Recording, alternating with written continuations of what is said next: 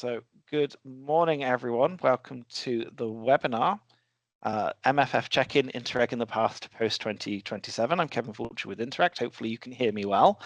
We're just a few minutes after 10, and we've had steadily the lobby growing very busy. We're at 290 people now trying to join the meeting, so hopefully you're with us and you can hear us as well. There's just a few points from my side before we get into the substance of the meeting.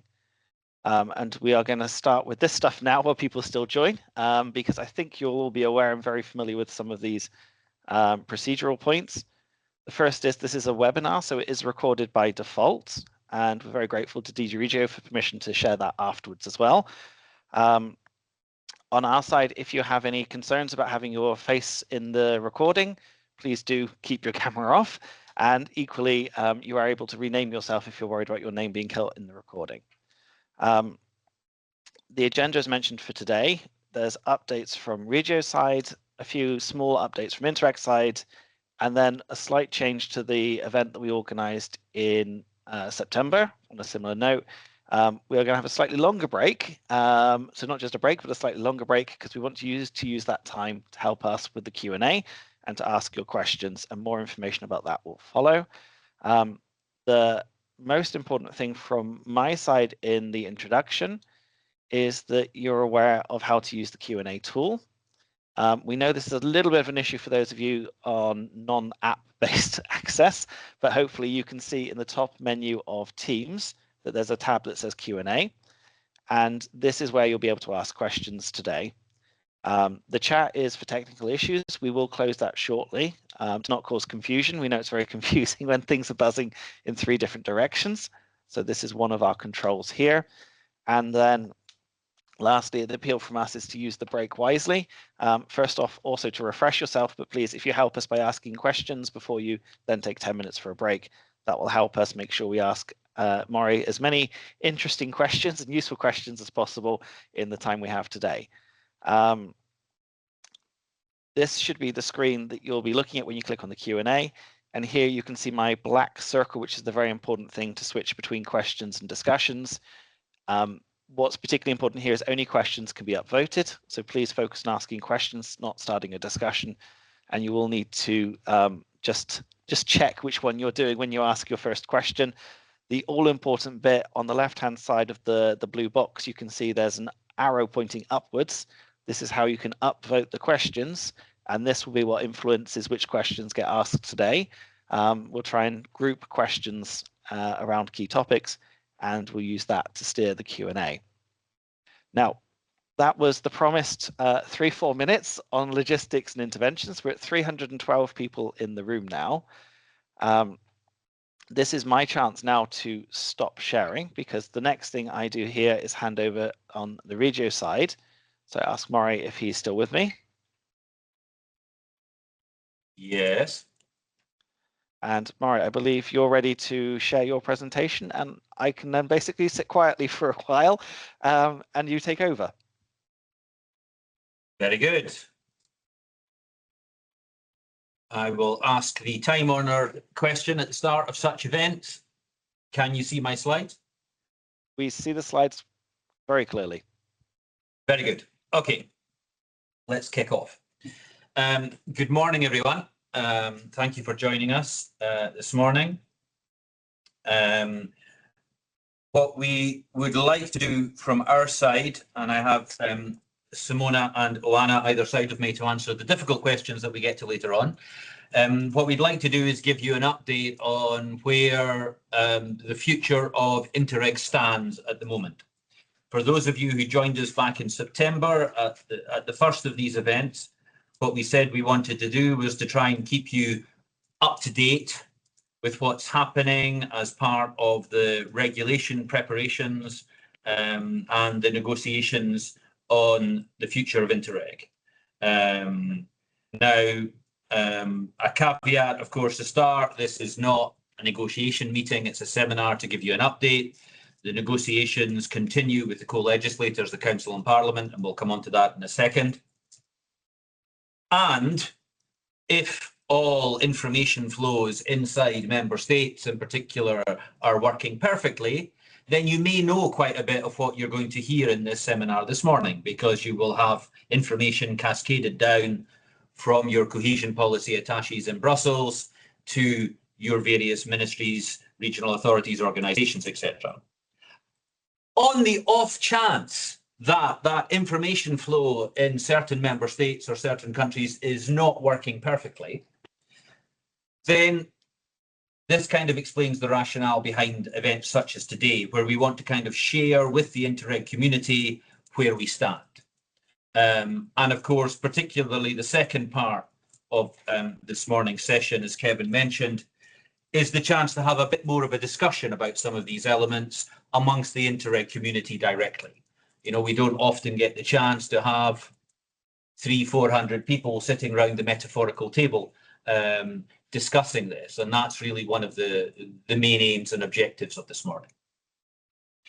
So I'm going to start by talking at you for a little while, so I apologise in advance for that. The aim really is to give you 3 or 4 broad elements. Firstly, an update on where we stand on the overall timing, which of course is crucial for all of you out there who are already thinking about, or even hopefully starting to draft, future Interreg programmes and chapters. Then a bit more of a detailed update on some of the questions and answers that have been discussed, notably in the Council Working Group, as far as Interreg is concerned. Oana has been sitting in for the Interreg team in those meetings. And so we've kind of picked out a number of the key elements that member states have already raised and that the Commission has already responded to on those points. Thirdly, we wanted to touch on, without going into too much detail, because there are lots of parallel discussions ongoing there, on the whole question of the performance-based approach, and particularly pick out perhaps a specific example that the Commission has put together and which was presented to the Council Working Group recently to give you a flavour of that side of the discussion. And then to conclude on our side, we wanted to say 1 or 2 words about the programming process, what the Commission is working on at the moment, what we expect you to be working on as well. And that should give you more than enough information and ammunition for formulating questions.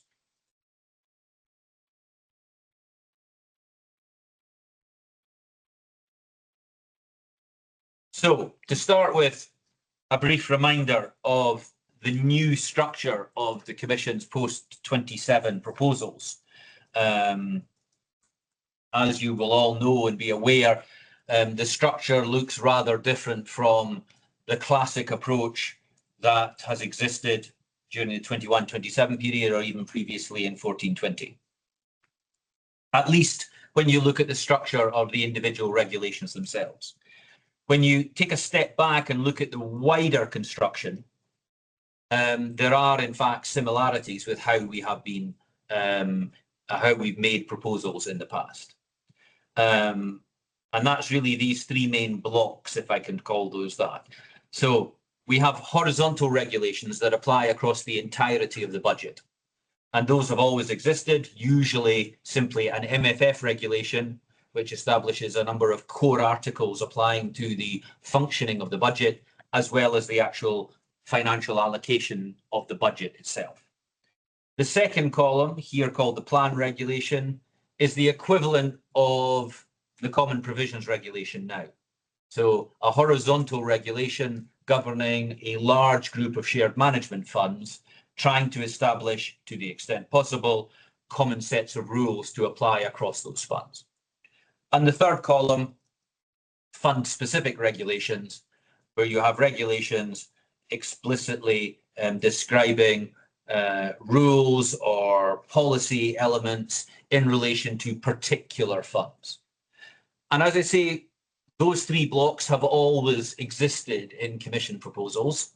It's here in the post-27 proposals, we have a slightly different set of content. So if I start on the left, we still have an MFF regulation proposal that's being discussed at the moment in Council in a specific ad hoc working group that is always established to discuss budgetary issues. And it handles that working group on the council side, anything to do with numbers. So anything financial goes to that group, including anything financial that is included in other regulations. So if you look at, and I'll come to that in a minute, the new National Regional Partnership Plan regulation, there's a big budget article, I can't remember now, Article 9 or Article 10, something like that, which sets out the Commission's proposals for funding. That will not be discussed in the group looking at the NRPP plan regulation. It will be discussed in the MFF group because it's financial. Also at that level, and this is a new element on the left, is a performance regulation. And this is about how you measure the performance of the EU budget as a whole. That's a new element. It's something that the Commission wants to be able to report on effectively across the entire functioning of the budget. The content of the performance regulation, however, for those of us who've worked on cohesion policy, is relatively recognisable because it's essentially built on the performance approach of the 21-27 cohesion policy.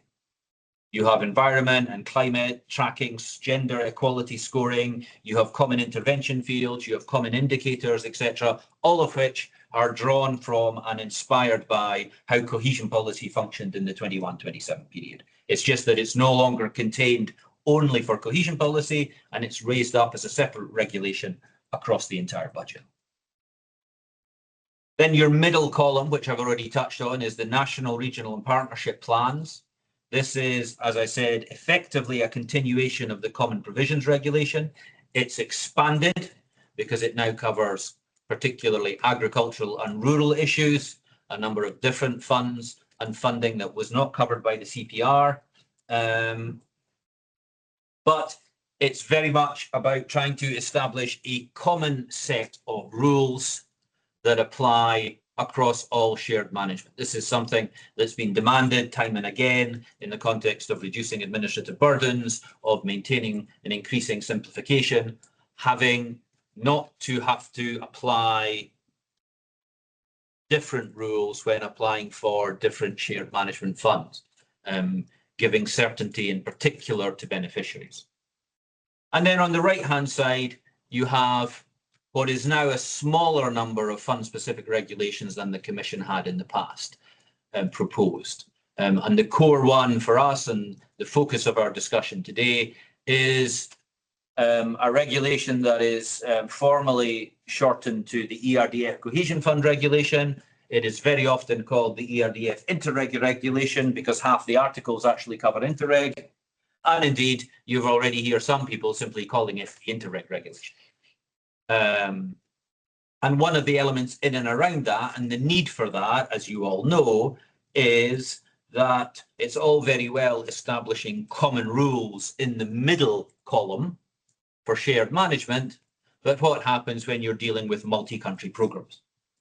Or when you're dealing with multi-country programs on external borders, cooperating with non-member states?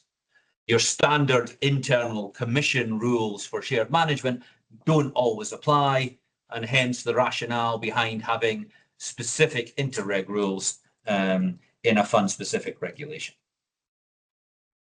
So that's a little bit of a reminder of where we stand. And what we wanted to do was talk about the overall state of play and where we are on timing.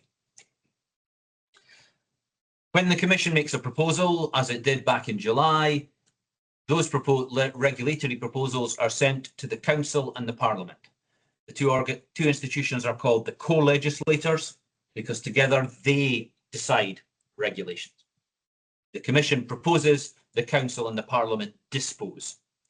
And to do that, they follow a number of distinct steps. First of all, they consider each proposal from the Commission by themselves. So the Council sets up a system to look at all these regulations. The Parliament does the same. And over a certain period of time, and we'll come back to that, both institutions establish their internal position in response to each Commission proposal. This is often called a general approach or a partial general approach on the council side, and it would usually be called a European Parliament report or opinion on the Parliament side. So they work their way through considering those elements. The Commission supports both institutions in, how shall I put it, better understanding the Commission's proposal, getting to grips with the detail. And then at a certain point in time, the Council will have its position and the Parliament will have its position. At that point, the two co-legislators sit down with the Commission round a metaphorical triangular table and start a process called trilogues, where basically line by line, article by article, the three institutions thrash out a finalised version of each regulation. And once that regulation is finalised amongst the three institutions, it is then adopted. So where do we stand? Starting with the Council.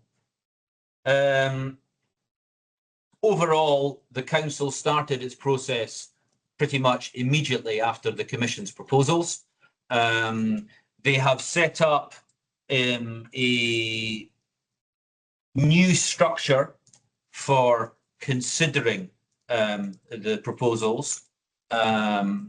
As you can see at the top of the screen, the Council has what's called a Structural Measures and Outermost Regions Working Party, and that's a permanent working party where at official level the Member States discuss and exchange on issues around cohesion policy and outermost regions. At the time of the MFF, the Council often establishes what it calls ad hoc groups. So these are non-permanent groups set up explicitly to deal with one particular issue. So as I mentioned, there is an ad hoc group which is looking at the overall MFF budget. And this time round, for the first time, the Council has set up 3 subgroups linked to that MFF group. One looking at the NRPP regulation, one looking at the Competitiveness Fund, and one looking at the external instrument, the new Global Europe proposal. So one MFF group, 3 subgroups. The Structural Measures and Outermost Regions Working Party is by itself looking at the ERDF Cohesion Fund regulation. So it considers, as normal, a cohesion policy proposal, and it goes to this working group, and they are looking at this. But the actual NRPP regulation is in a separate group, as I mentioned. However, many member states have nominated the same attaché to handle both groups. And that's how one of the areas how they address the coordination question. So, looking more specifically at where we are on Interreg, there have been quite a number of discussions in the Structural Measures and Outermost Regions Working Party focused just on Interreg. The Danish presidency before Christmas and the Cypriot presidency now is essentially looking at the ERDF Cohesion Fund proposal in 2 blocks. They haven't called it that formally, but the first half of the regulation, which is more horizontal ERDF issues, is being discussed in some meetings, and the group of Interreg articles, which is the second half of the Commission proposal, is being discussed in other meetings. The first couple of meetings, particularly under the Danish presidency, were very much about member states being able to ask questions, ask for clarifications, explanations from the Commission side. And more recently, and we'll come on to that, the Commission made a presentation to the working group of the planned content of the Implementing Act, so the regulatory elements that we are proposing to include in the Interreg plan.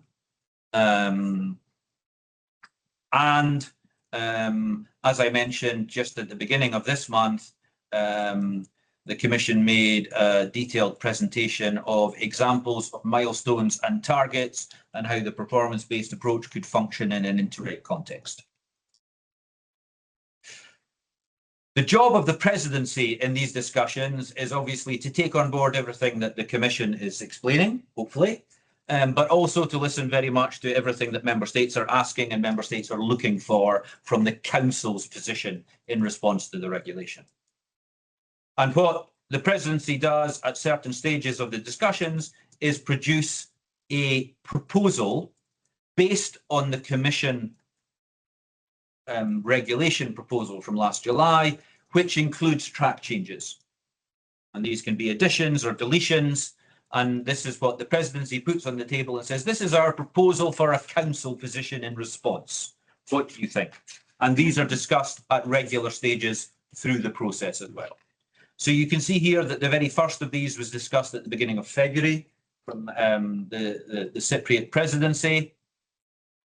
And what happens there is that member states have a discussion. They make comments. They then submit further comments in writing, usually after the meeting. And the presidency goes away and reflects on this and will then work up a revised proposal. And that's the stage where we are now.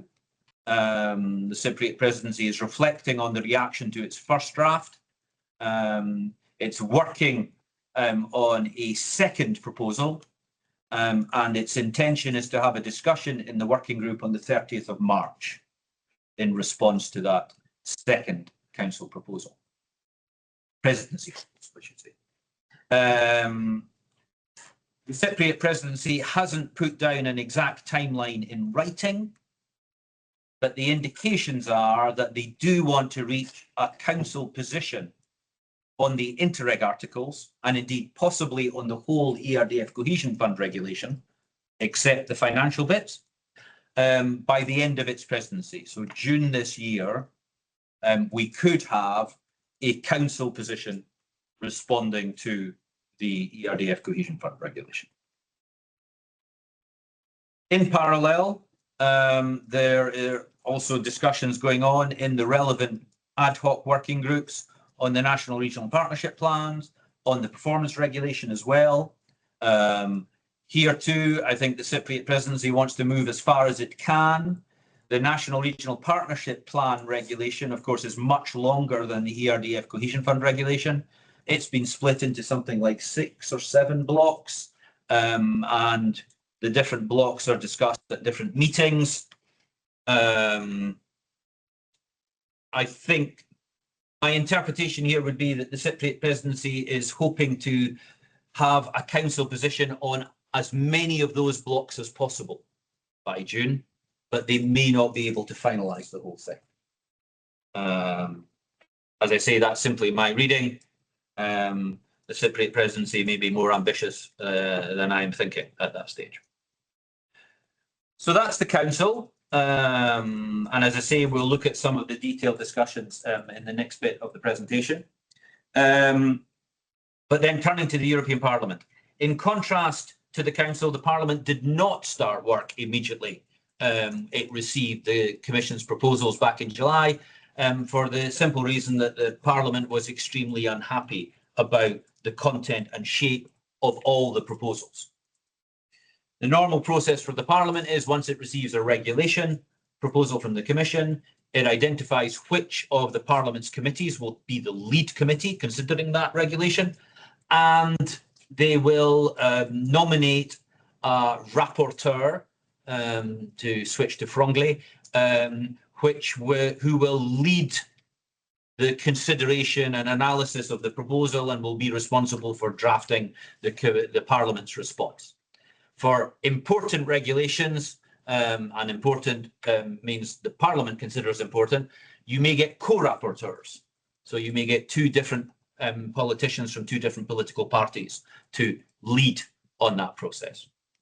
As I say, that's the normal process when the Parliament receives a proposal, and the Parliament didn't do any of this immediately because they were so unhappy with the shape and content of the proposals.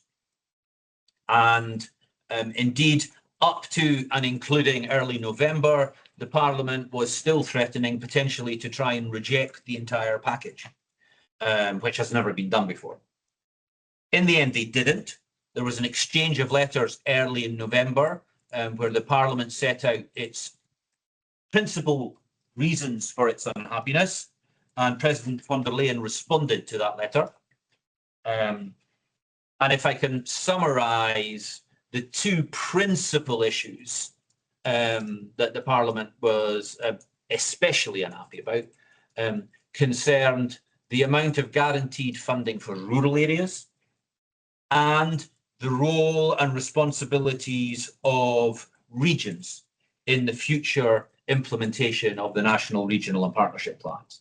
President von der Leyen, as I said, replied in early November on those 2 points, and the Parliament's response was, on the basis of this letter, we are ready to start the overall process. And let's say they still didn't move extremely rapidly in that process, but over the course of December and January, the Parliament put in place a structure to look at all of the regulations.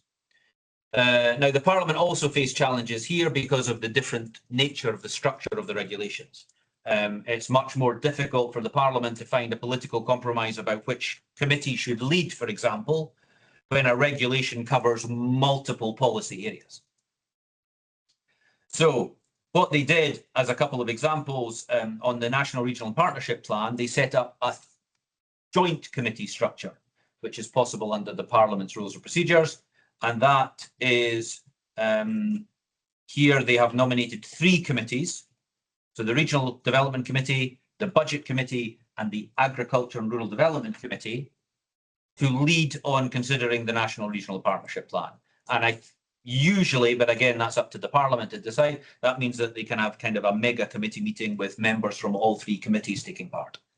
They also have, I think, another 11 committees associated to the proposal, which is kind of one step below being part of a joint committee. They also get to feed in comments and reactions. So it's a very big cross-fertilisation structure that the Parliament has set up. On the ERDF Cohesion Fund regulation, the REGI committee is in the lead. So just a single committee, but there are a number of other committees who are associated. I can't quite remember how many off the top of my head, but a number of others who get to feed into that process. So that decision has been taken, and they have also nominated their rapporteurs. So particularly on the ERDF Cohesion Fund regulation, they've nominated co-rapporteurs. So there is MEP Ross Sempere from Spain, from the Socialist Group, and Pascal Arimont from the EPP Group are the co-legislators looking at this.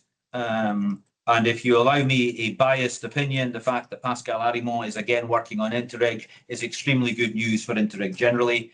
He was the lead rapporteur on the Interreg regulation for 21-27. I worked with him directly for a long time on that regulation. He's extremely knowledgeable about cooperation. He comes from the German-speaking minority in Belgium, from the Belgian-German border. He knows a lot about internal cross-border cooperation. In particular, the team that he has in place, and I think it's still the same team as last time, is very knowledgeable. So that's very good news, I think, for the future. On timing, I have to give you specific bits of what might seem like disconnected information, but you will take this information and then you will construct the timeline in your own head. The Commission from the beginning has said that it is looking forward to the co-legislators finalising the entire process on all regulations for the budget by the end of 2026. This is the line to take that we are still being given inside the Commission, and I have just given it to you. The information that we're getting from the European Parliament is that they expect the final Parliament report. So this is after the rapporteur has prepared a draft, after the committees have been able to discuss it, after all MEPs have been able to submit their own amendments to that report, and all of these amendments are negotiated and agreed, there would then be a vote approving the final report in the relevant committee or committees that I mentioned, and then there would be a plenary vote in the full sitting of the Parliament. And that finalises the Parliament's opinion, and once Parliament has its opinion and once Council has its opinion, then the trilogues can start. So as you can see at the bottom of this slide, the Parliament's indicative timeline is that it expects a plenary vote on the National Regional Partnership Plans in December this year. And the last information we have is that they expect a plenary vote on the ERDF Cohesion Fund regulation in March next year. You can take that information from the Parliament, you can balance it against the Commission's position that everything should be finished by the end of 2026, and you can work out this timing situation for yourselves. Okay, moving on. As I said, we wanted to kind of outline a number of the main question and answers that have come up during the discussions in Council. The discussions with Parliament haven't really started yet. There have been one or two presentations, but the discussions and the way the Council considers regulatory proposals is much more detailed, particularly at this stage. And there is the possibility of quite detailed questions and answers, both orally and in writing, with the Commission. And that's what we wanted to try and sketch out for you this morning. So a word or two on allocations, always a popular topic. So if you remember, the Commission had taken a different approach in its original proposal back in July, where there was a percentage breakdown of the available funding for Interreg included in the regulation. Member States asked for a more detailed breakdown, providing actual financial amounts, and this was set out in fiche number 18. Fiches are an information way of the Commission passing clarification information to the Council Working Group. You can see there's obviously been quite a lot already if we're up to fiche number 18 after several months. And another important point, the Commission clarified that it intended that there would be, out of the total Interreg allocation, an amount of 750 million for the 4 Strand C programmes for the future period, in comparison to an amount of 550 million at the moment. The breakdown of funding can be calculated on the basis of the information the Commission has provided. So by taking the total amounts, using the methodology for the Interreg allocations, which is set out in Annex 3 of the National Regional Partnership Plan regulation, and the latest population figures, which again were set out in fiche number 18, the allocation for cross-border, transnational and outermost for each member state can be calculated. The Commission proposal does not provide for a mechanism to transfer allocations between the different strands. I would add orally, yet. This is one demand that is very clearly coming from member states.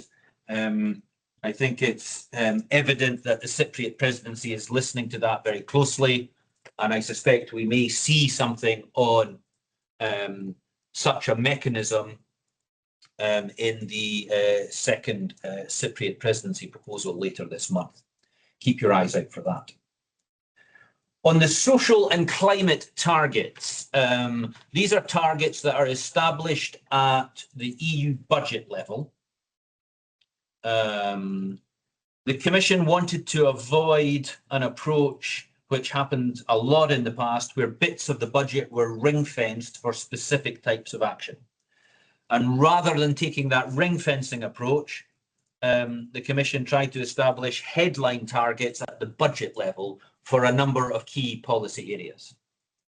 So there is a social target of 14% across all EU budget spending, so that 14% of the total budget should go on social issues. I think the current figure for Interreg in 21-27 is about 16% on average.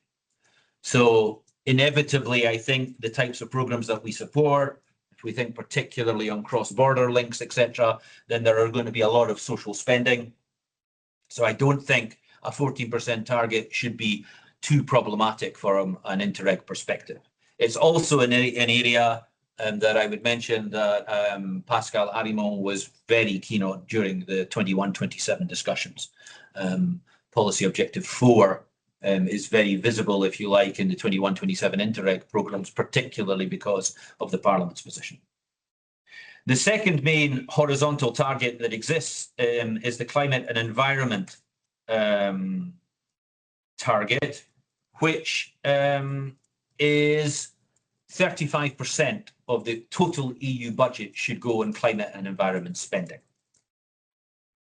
In addition to that, in the National Regional Partnership Plan, in the Performance Regulation, apologies, in the Performance Regulation proposal in Annex 3, there is a breakdown of that 35% for different policy areas, because you can't get 35% from every single different part of the budget. There needs to be, some need to contribute more, some need to contribute less, depending on how much they are focused on climate and environment. And in that annex in the Performance Regulation proposal, there's a note which says that the National Regional and Partnership Plan should contribute 43% on climate and environment spending. Now, what we have said in the past, and I have made clear from a drafting point of view, the way that annex is written, it does not apply to Interreg, because it explicitly says National Regional Partnership Plans. And the Interreg plan in the future is obviously not a national and regional partnership plan. What our financial colleagues inside the Commission have admitted is that, nevertheless, when they were calculating the percentage share, they included the 10 billion of Interreg as part of the contribution. So they were thinking that Interreg would also need to meet the 43% target. So the outcome of that is, at the moment, from a drafting perspective, the 43% target in the Performance Regulation does not legally cover Interreg, the way it is worded. What is likely is that in the discussions on the Performance Regulation, it will be clarified that it does cover Interreg. Again, we have very high levels of climate and environment spending in Interreg. We have some programs that are 75%, etc. So I don't think it will be an issue. But it's one point where we have to watch what's happening in one of the other working groups in Council, not just our own, if I can call it that, structural measures and outermost region working party. Second point is on what Interreg plans can contribute to, because there is a bit of unclear drafting, notably in recital 13 of the ERDF Cohesion Fund proposal, which gave the impression that Interreg could potentially cover all the specific objectives that are set out in Article 3 of the National Regional Partnership Plan. The intention is that the Interreg chapters can cover the specific objectives set out under Article 3A and 3C of the National Regional Partnership Plan proposal, essentially sustainable prosperity and social cohesion. Very broadly, the cohesion policy dimension. And I say very broadly because when you look at those two articles, they are very broad. They offer the same, even more flexibility than exists at present. In addition, we have the three Interreg specific objectives in the Commission proposal. And a clarification, because that came up a number of times with member states, is that individual Interreg plan chapters can choose to cover which specific objectives they want to. There's not an obligation for every chapter to have to deal with an Interreg specific objective, for example, or have to deal with particular specific objectives. That will be something I think that will need to be watched with the negotiation with the Parliament, for example, because that was one of the Parliament points last time round about making an obligation for internal cross-border programmes to have policy objective 4, for example, and I think almost all programmes to have policy objective 2. Those requirements in the regulation now came from the Parliament, not from the Commission.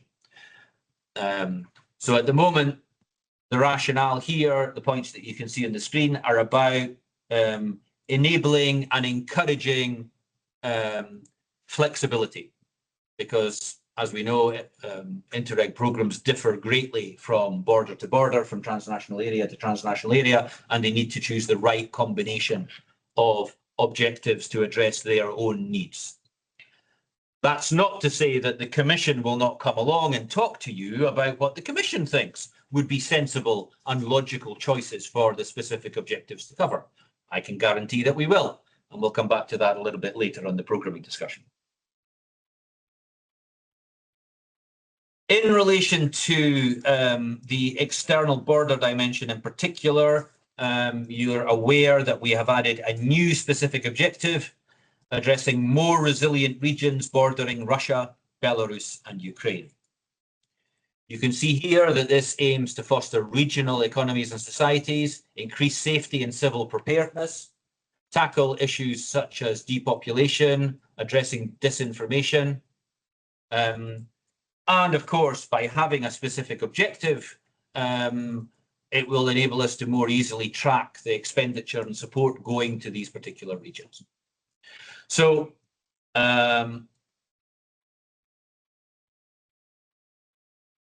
this is about supporting those regions that have, on the one hand, lost their traditional cooperation partners in Russia and Belarus because of the end of cooperation with those countries, and about maximizing the cooperation that can be possible with Ukraine, on the borders with Ukraine. And particularly in the first context, where we're looking at supporting those regions bordering Russia and Belarus, in an Interreg context, that's about maximizing the alternative possibilities that might exist on internal cross-border cooperation borders, and also within transnational programs, and also, depending on how that is structured, potentially under even interregional programs as well. If we look at the excellent work that Interreg Europe is doing through the Resilience project in helping these eastern border regions, it demonstrates the types of areas that Interreg can help with in supporting these eastern border regions. And of course, all of this now sits within a context of the recent Eastern Border Regions communication that the Commission has just adopted. So if you like, part of the rationale behind the Interreg specific objective on more resilient regions was anticipating what was coming with the Eastern Borders Region communication.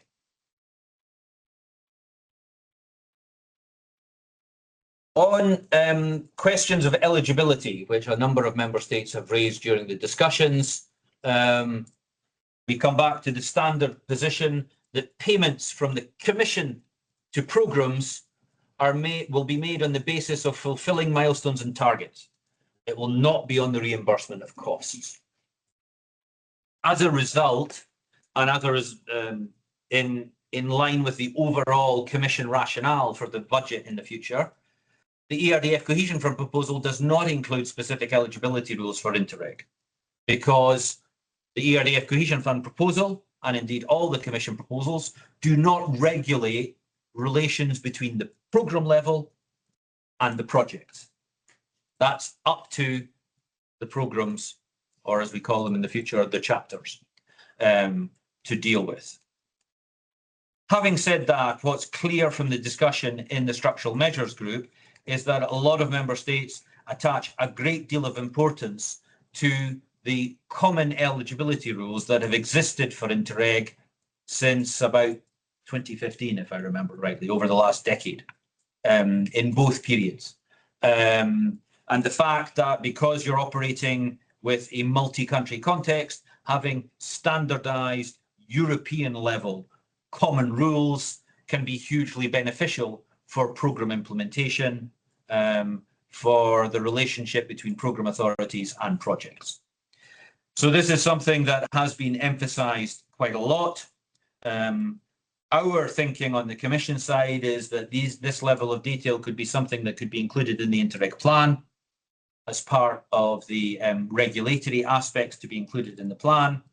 And as I say, quite a number of member states have raised the issue already during the council discussions. Then a quick word on funding in relation to the external borders. So as the ERDF Cohesion Fund proposal clarifies, Interreg can receive contributions from global Europe across all the Interreg strands in the future. And essentially, the message here is that the regulatory proposal is structured so that the allocation process for programs on the external borders operates the same way as now.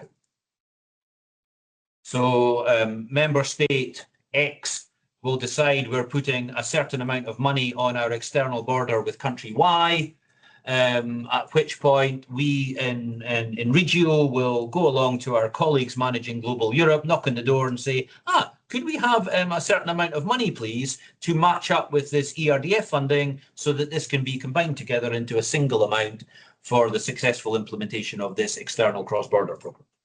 So it becomes basically a negotiation process. It has to be like that, the way the structure operates, because member states get the allocation and then decide how much they put into each Interreg program.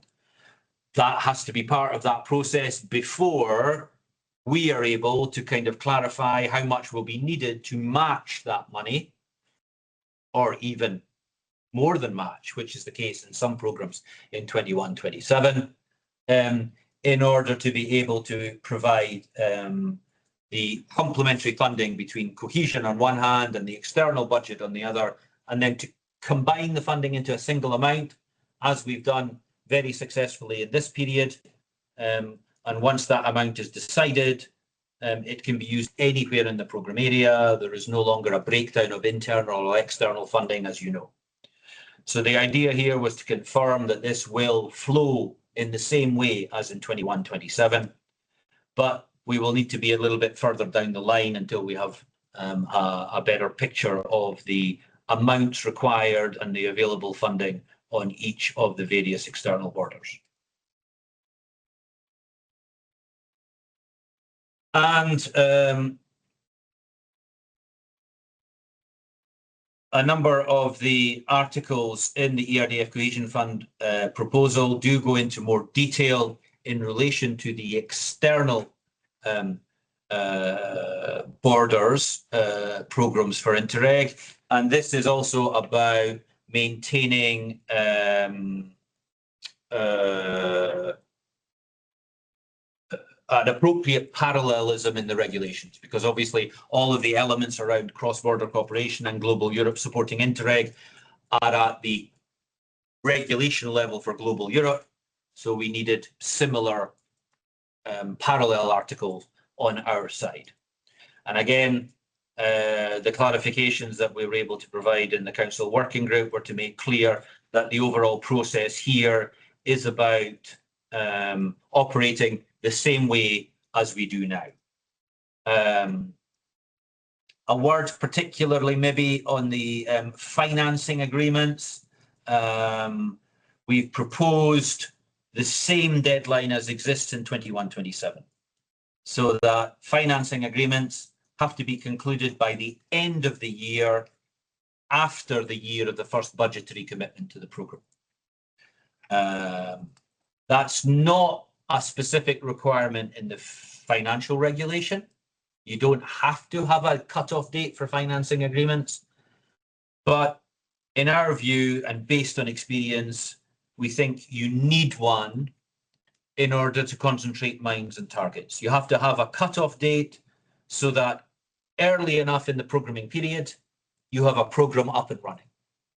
At the same time, the date has to be late enough that it's a realistic date to actually allow the negotiation of the financing agreement to happen. So if you end up with a programme being approved towards the end of a year, you essentially give another 12 months or so to allow for the negotiating of the financing agreement. Based on our experience in 21-27, where we've ended up with around 60 financing agreements. That's manageable. In a couple of cases, it was extremely tight, but we got there. So that was the reason and the rationale for maintaining the same approach for post-27. I just wanted to add that point.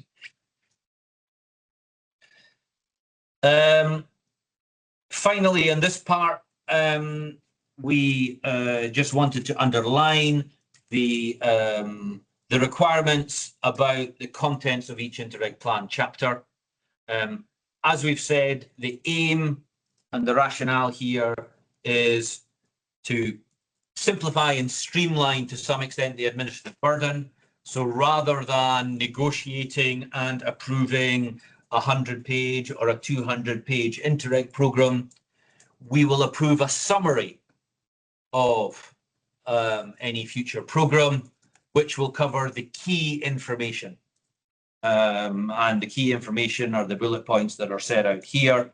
And in particular, emphasising the importance of how the partnership approach has been handled in the Interreg context, evidence that stakeholders have been appropriately consulted, how those representative of the various stakeholders has been taken into account, and how their input has been reflected in the preparation of the Interreg chapter and documents for the future.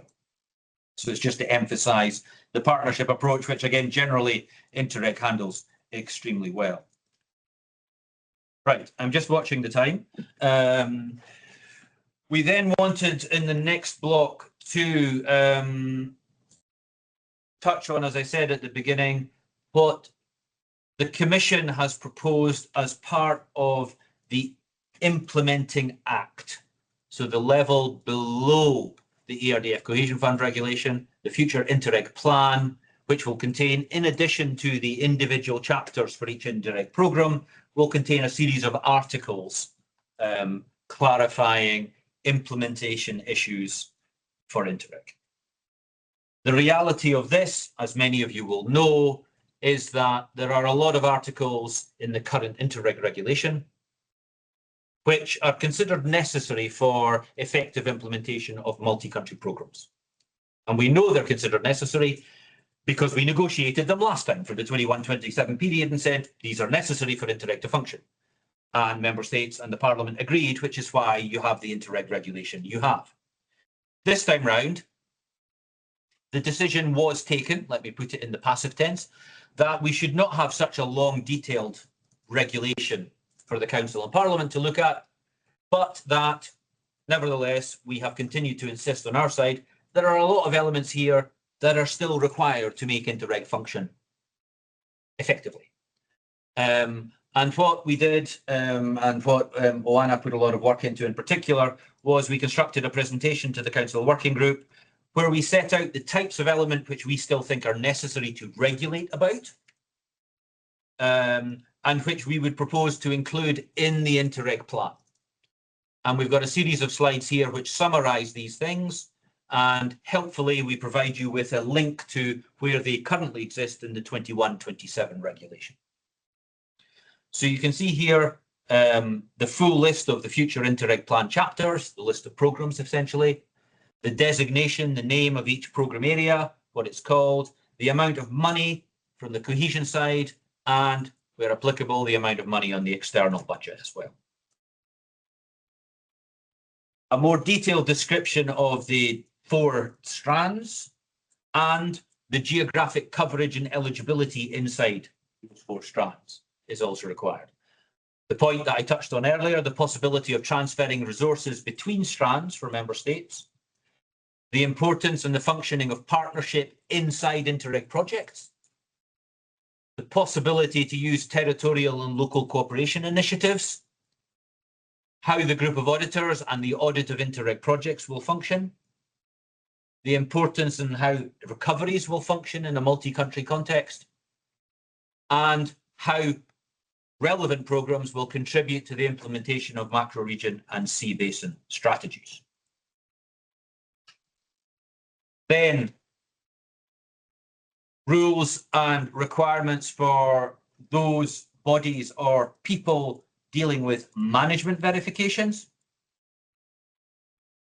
And then a fourth block relates to the setting up, functioning, composition of monitoring committees, the possibility of setting up steering committees, and how projects will be selected and how small project funds will function. Final point, very important on certain external borders, the possibility created in the National Regional Partnership Plan regulation proposal, the possibility of a different pre-financing rate where an Interreg programme is receiving money from Global Europe, which is the case at the moment, if you like, in the Interreg Next programmes and the Interreg IPA programmes. So those 5 blocks we described to the Council were the elements that we would see contained in a future Interreg plan.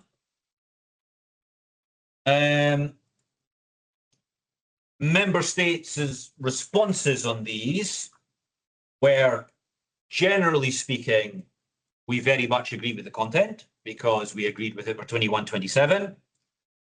But we would like quite a lot of this added to the ERDF Cohesion Fund proposal. What was interesting was that there wasn't necessarily a huge swathe of agreement from member states about which bits of the proposals I've just mentioned should be in the ERDF Cohesion Fund proposal rather than in the Interreg plan. Different member states had different priorities. Some wanted some parts, some wanted others. Essentially, as part of their internal discussion now, the Cypriot presidency is looking at exactly these comments that they got from member states. And they're trying to work out which ones they include in the second Cypriot presidency proposal for the council position, and which they leave out saying, no, it's okay, we agree with the Commission, that's rather for the Interreg plan. So at this stage, the important thing is keep an eye on what's coming out of the council. Once that second proposal hits the table, there will be a possibility to look at, for example, the presentation I've just given and identify which elements the council, the presidency has decided to take over and include in the ERDF Cohesion Fund regulation response and which it's left for the Interreg plan. A couple of additional thoughts there.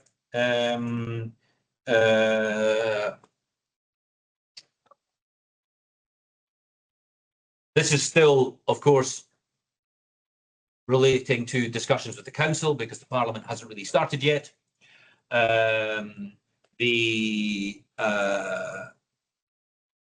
Once the Parliament starts looking at this, the Parliament may have its own views on which information should be included in the ERDF Cohesion Fund regulation and which should be left to the plan.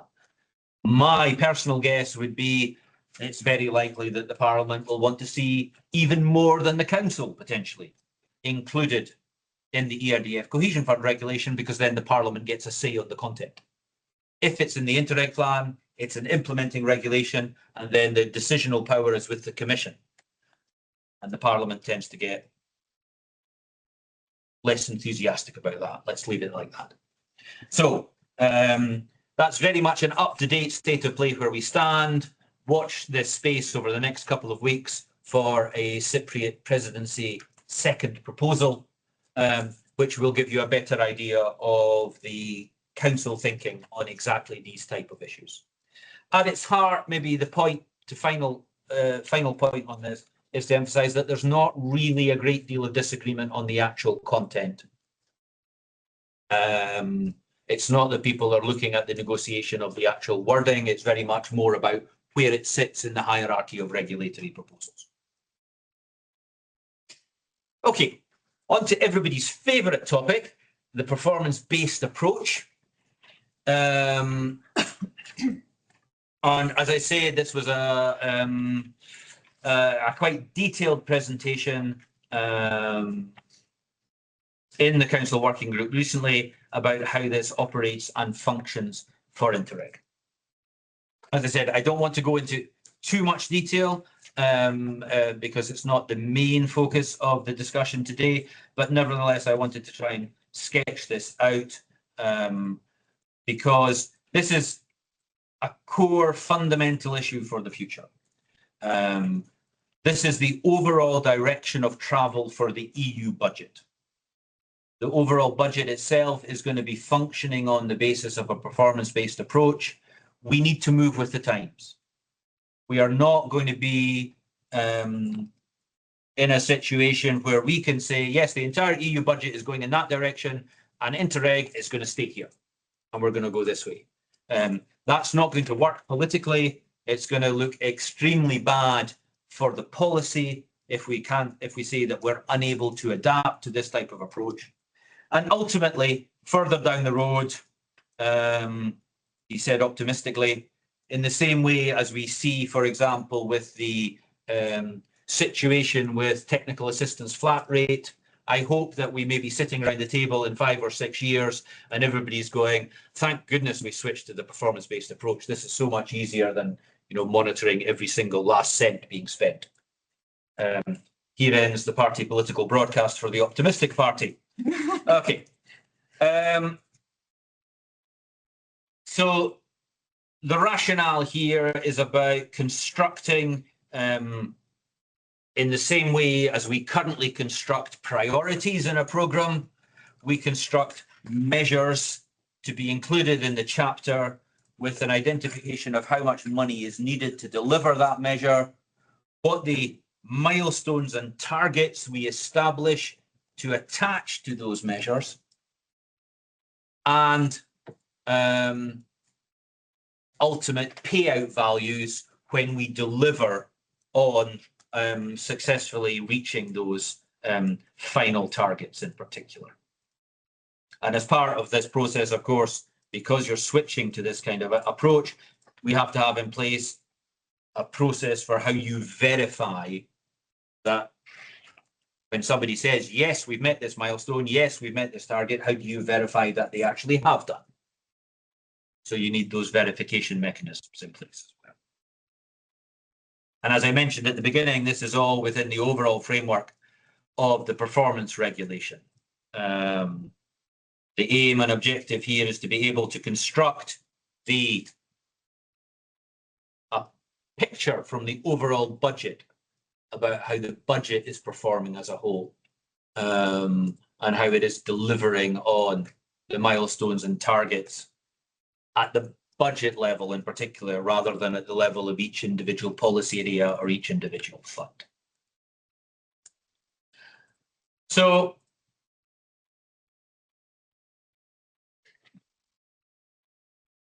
from each measure that is identified inside a chapter, you have a first stage where you identify a tracking process. So you choose the intervention field that the measure is linked to. And that allows you to track how the program is being used. The second step, which is linked to payments and performance, you identify your output indicator, which should be predefined for each intervention field. And you establish your milestones and targets, which trigger the payments based on that particular output indicator. And ultimately, when you're looking at the final level of performance, you can be using one or more result indicators, trying to measure from a baseline how the overall situation has changed and how the Interreg cooperation has helped to improve the overall performance and improve the individual results. So I wanted to pick out one particular example to try and show how this could function. It's very much illustrative only. It's inspired by quite a number of existing projects that are going on in the current Poland-Ukraine program, which has a particular focus on healthcare and healthcare cooperation across that external border. It's not specifically about Poland-Ukraine, but it's inspired by that example. And what we've done here is okay, in this part of that Interreg chapter, we could envisage two countries working together to improve access to healthcare in the border region. And to do that, you could have a couple of measures addressing that issue. Now, one could be a more formal aspect of a reform of how healthcare is delivered in that cross-border region. So a protocol between the relevant services on both sides of the border about how a future cross-border service will be delivered and supported. And accompanying that, the second measure would be an investment measure about actually delivering on operationalizing how that cross-border service will then function, and the purchase of relevant medical equipment that can be used in the border area, can be accessible to both sides of the border, the population living on both sides of the border. Now, we took this example also to include a reform example. As we've said in the past, that it's not something that we're expecting every single Interreg program or Interreg chapter to address. The reform dimension will be more relevant for some program areas than others.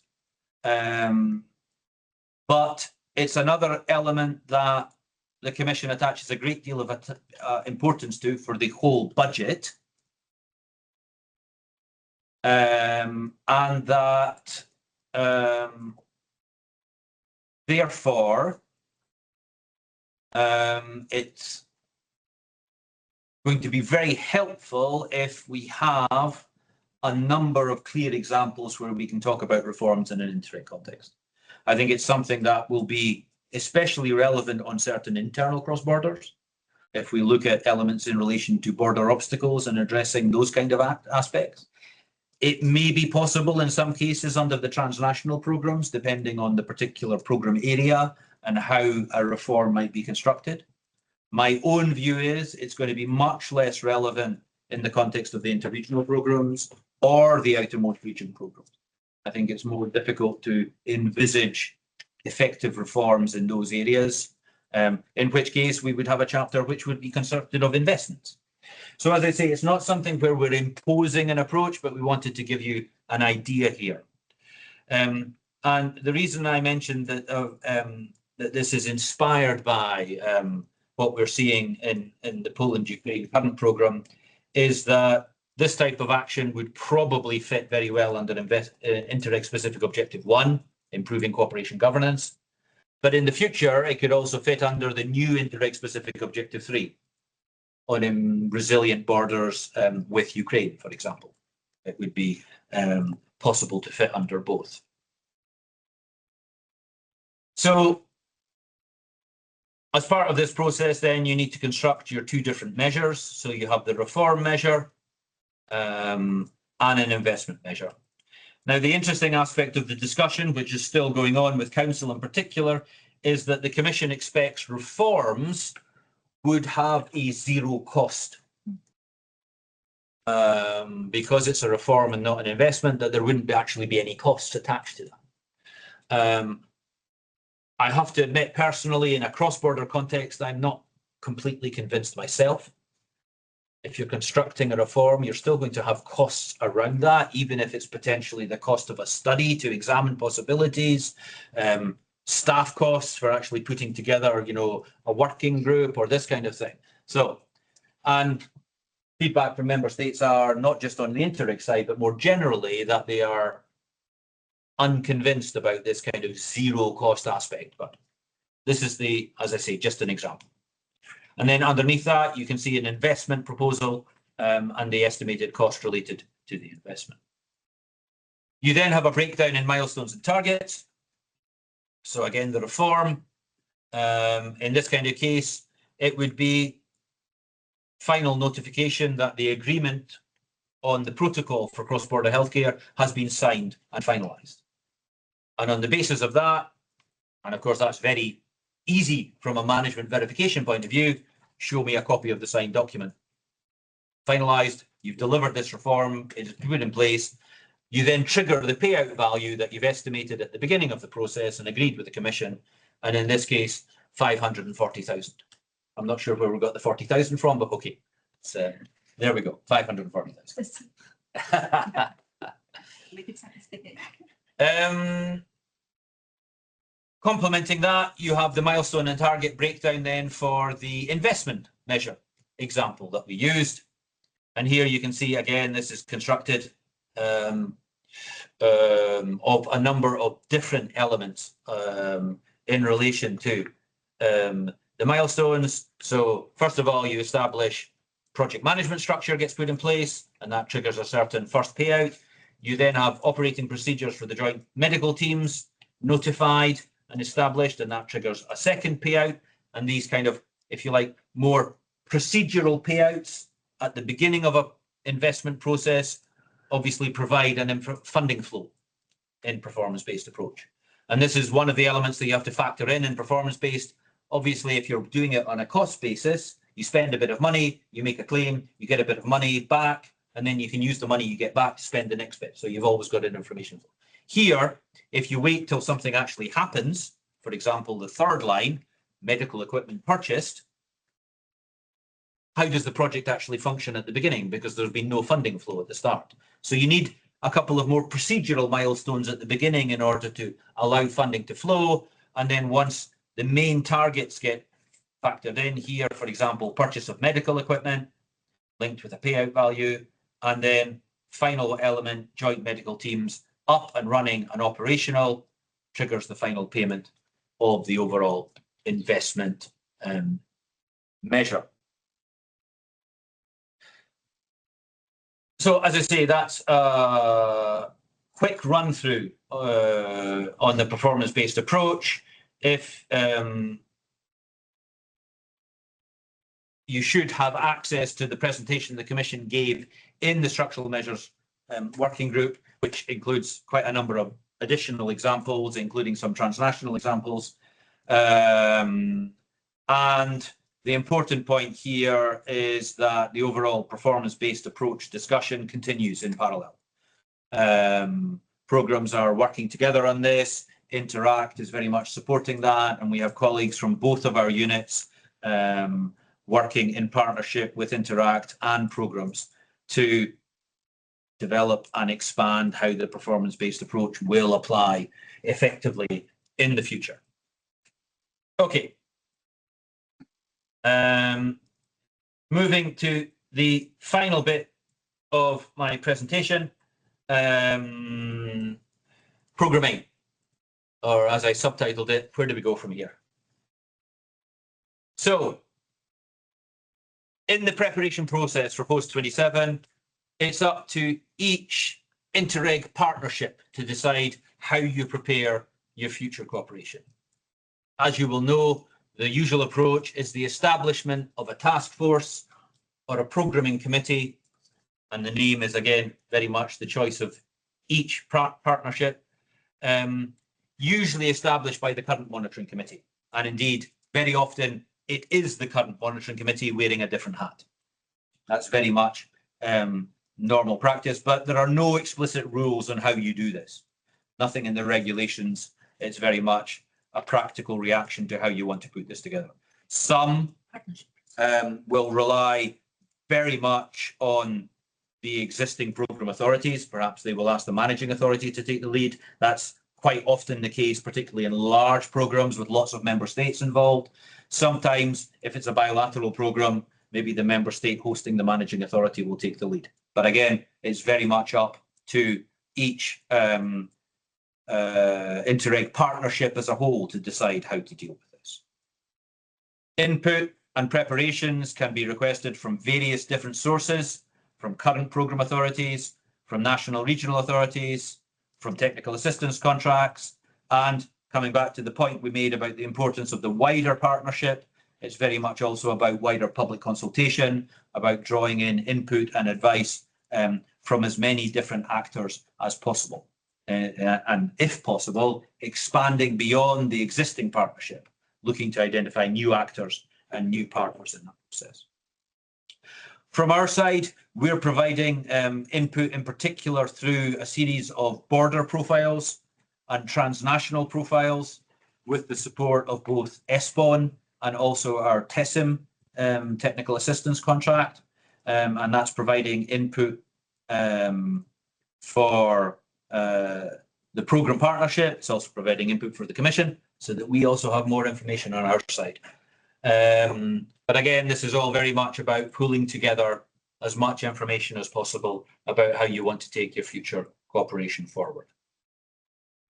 More specifically on the Commission side, we will be preparing a set of cooperation orientation papers, one for each current Interreg programme. And our intention here is very much about providing a short focus document containing orientations in relation particularly to the question of content for the future and governance for the future. Now, these are not binding. They're not formal negotiating positions. They should be seen as being helpful, because the Commission is always helpful, about providing support, and in particular as a starting point for the dialogue with the Commission on future cooperation. One word I wanted to emphasise here is, and it's linked to what I was saying on performance-based, it's linked to what I was saying on reform, we do not operate in isolation here. We have to recognise the overall wider political context and where Interreg fits in that. So we have to take account of the overall EU budget and the negotiations on the budget and the direction of travel of the budget. And this is my point in particular on performance-based and reforms. That's the overall direction the budget is going in. We can't go in an opposite direction. We need to take account of EU priorities, particularly new EU priorities. The greater profile we're seeing on defence and security issues, for example.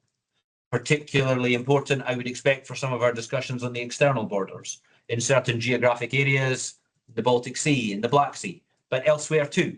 We need to take account of different EU priorities. One of the things that you will be seeing, and you have seen, is that the Commission is very, very keen at the moment on new strategies. Eastern Border Regions Communication. We have a future island strategy that will be coming out in the summer. We will have a coastal communities strategy also coming out in the summer. We will have a new outermost regions strategy coming out probably in May. And you can rest assured that we on the Commission side will be asking you, when relevant, how have you taken on board these new strategies? How have you factored that into your thinking for future cooperation? Because that forms part of the overall EU policy remit. The geopolitical situation on the planet is less certain than it's ever been before, and that obviously has an impact on Interreg cooperation, be that on eastern borders, be that in the Mediterranean as well. And that's another area that we need to think about. We need to factor in internal market limitations as well, and here particularly on internal borders.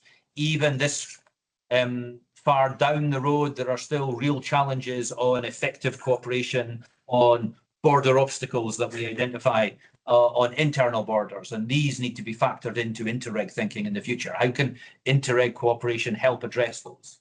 And on a very pragmatic level, lessons to be learned from current programme implementation. How has your current programme functioned? How quickly do your calls for projects work? How fast can you contract projects? Are there improvements that can be made? Can we draw lessons from other programmes that have implemented more rapidly? All of these kind of things need to be factored into our thinking. From our side, as always, we're ready and willing to participate in task forces or programming committees, at least as much as our human resources and our travel budget allows.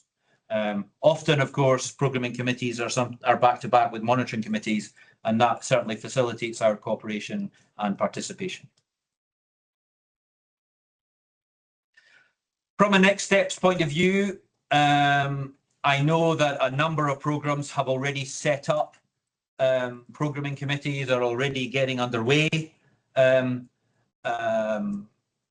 even if there is no legal obligation here, I would kind of put forward that we would hope everybody has started this process by the middle of this year.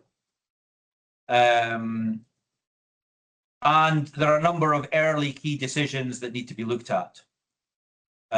If you're looking to ask for more input work, possibly asking a contractor or a study, etc., then that should be taken as soon as possible, because obviously putting that together is going to take time. If you're planning reflections on programme area geography, then that would be something that your programming committee should look at early on. Again, we've made clear that's not something that the Commission is pushing especially strongly this time round. We think that that initially is very much for each individual programme to reflect on, but we do have already a number of programmes that are already thinking about this kind of area. And your internal management arrangements, clarifying that early on would make sense. The Council, in its discussions, has spoken of including something in the ERDF Cohesion Fund regulation about the importance of taking account of existing programme structures. The final wording there, I think, is not there yet, but it's obviously not a legal obligation to have continuity of programme structures, but where you have programme structures that work well, that function effectively, confirming that you want to keep the same kind of approach early on in your discussions will provide clarity for your future programme frameworks. And then two very pragmatic points: keep a close eye on what's happening in the Parliament and Council. Even if it seems that, particularly on the Parliament side, the timetable is quite far ahead, that shouldn't stop post-27 discussions continuing among you now. Because don't underestimate how long it takes to get to a finalisation of an internal Interreg programme or Interreg chapter document. And obvious fact, hopefully, please maintain very close contact with your desk officer. Keep them up to date. They'll keep you up to date on what they're aware of, and will support and advise throughout the entire process, as we always do. And I will stop there. Thank you for listening. That seemed to be more or less on time, he said. And I will hand back to Kevin, and I will have a glass of water. Thank you very much. Yes, please. Thank you very much, Maury. That was a very thorough update, and you definitely have deserved at least a glass of water for the quantity of work covered there. That was a very thorough update for us, so thank you very much for that. We still have almost 340 people in the room, so everyone was still very attentively listening to you throughout that. On my side, just to say we're very, very close to the break. I'm just going to keep you for a few more minutes before we get there. And just as a reminder, we've got the Q&A running. It's the only thing running, so you're not hopefully going to be confused by the chat or anything else. I'm very grateful for the people already asking questions in there. That really helps me with my next task, which is the bit most exciting or most terrifying, depending on if you're the facilitator or not, which is trying to manage the Q&A. But if you can have a look in there as I give you a little bit from Interreg's side, just to complement what Maury said. Maury's obviously given us a very good overview on Council, Parliament, as well as thinking within the Commission. I'm just going to complement it a little bit with some of the things that are working within Interreg at the minute. And then we'll have our nice 15-minute break. Maury will have at least 20 minutes, therefore, not having to speak.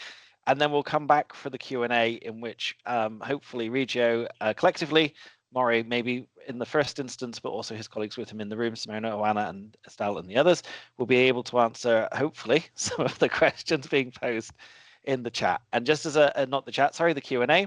And just as a reminder, the upvoting is going to steer what gets dealt with first and second. So please do make sure you're looking at each other's questions and supporting us in a nice collaborative, cooperative, Interreg way, helping to share what's coming up. Just on the Interreg side, very, very quickly, just to give you the full picture, make sure everyone's reading the same information across the organisation. And at this point, my colleague Ludo is getting ready to prepare some things into the chat. Meanwhile, I'm looking for my mouse, which has disappeared off my screen. Here we go.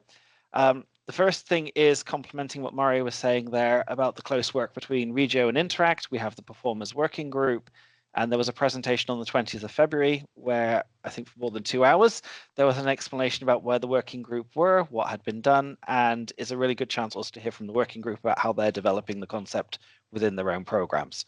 So there's a plug from me to go and have a look at that webinar, which is put in the chat by my colleague Ludo. And secondly, for those on a program side, there's the very important HIT process, which is our harmonized project management, the harmonized implementation tools. And again, Peter and the colleagues behind HIT, they've produced a webinar. It's recorded. It lasts, I think, about an hour. So it's a really good overview of what's coming for HIT. So please do also, if you haven't already, make sure you follow the links that have just been pasted in the chat, because that is current information on where those two big projects are. And that will obviously affect, we hope, especially in terms of HIT, almost every program. So we can try and use all the harmonized rules that we can. The last thing just to flag from me, and then we're really going into the coffee break, I promise.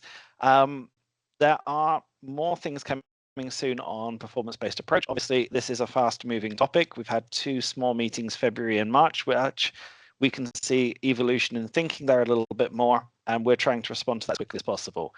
So on our website, under the program management heading, you can find the post 27 section. We've updated this already to include HIT and performance-based approaches. More updates are coming soon. There are 2 trainings already offered for performance-based, the introduction. Both of those are sold out. So apologies if you haven't and you want to, but there'll be more of those offered soon, and we'll be announcing those, I believe, in the coming days. And similarly, more things on intervention logic are also planned as well. So please, if you are not sure if you're staying as up to date as you can, make sure you check out those pages and also sign up for the newsflash. It's our monthly newsletter. It's the place to get all the latest information. That is, without a doubt, the best way to make sure you're not missing anything from us on the post 27 side, as we try and help programs to work together to work out how to apply some of these things in their realities. And obviously, we're coordinating that work with Regio as well, as you'd expect. Now, that was my sales pitch for Interreg Services, and now the very, very well-deserved coffee break. So before we go, just to explain the process, we're going to have 15 minutes as a coffee break. We want you to spend 5 minutes of that on the Q&A, and ideally you should also have a break because it's a lot of information that you've been processing in the last coming up 90 minutes now as well.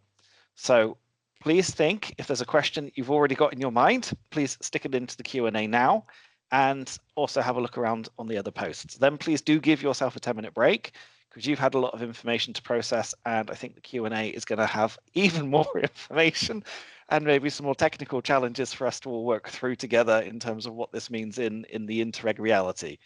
So we'll stop here at this point. And again, it's 15 minutes, so we'll come back at 11:47 specifically. We'll start coming back at 11:45 as we get things ready to go. So please do enjoy your coffee break now. I'll update my slide to give you the right times. And while we're doing that, you can also have a look at the Academy course offerings for the end of the year if you have already done your questions and you're waiting for the next element. So we'll see you all very soon at 11:47 formally. Okay, it's 47 now. We're officially precisely back on time. I'm just trying to look around to see if I've got people with me at the minute, which is a little bit of a challenge. I've had to turn off my camera so I can't see who's with me. Maybe if you can use the reactions to give me a wave if you're back in the room, that would be really helpful so I can see what's coming in. Yeah, lovely. I can see some hands going up. Lovely. Okay, thank you very much. Okay, I'm not talking to an empty room, which is always a slight challenge when you're in this sort of slightly computer-friendly or public sector computer-friendly view, where I don't have a very powerful machine that can cope with lots and lots of different things. So thank you for those reactions, which let me know that you're back with me. We now move into the Q&A time, and can I just check actually before I do this that I've got Regio back? Yes, you have. Excellent. Otherwise, this was about to be a very short Q&A.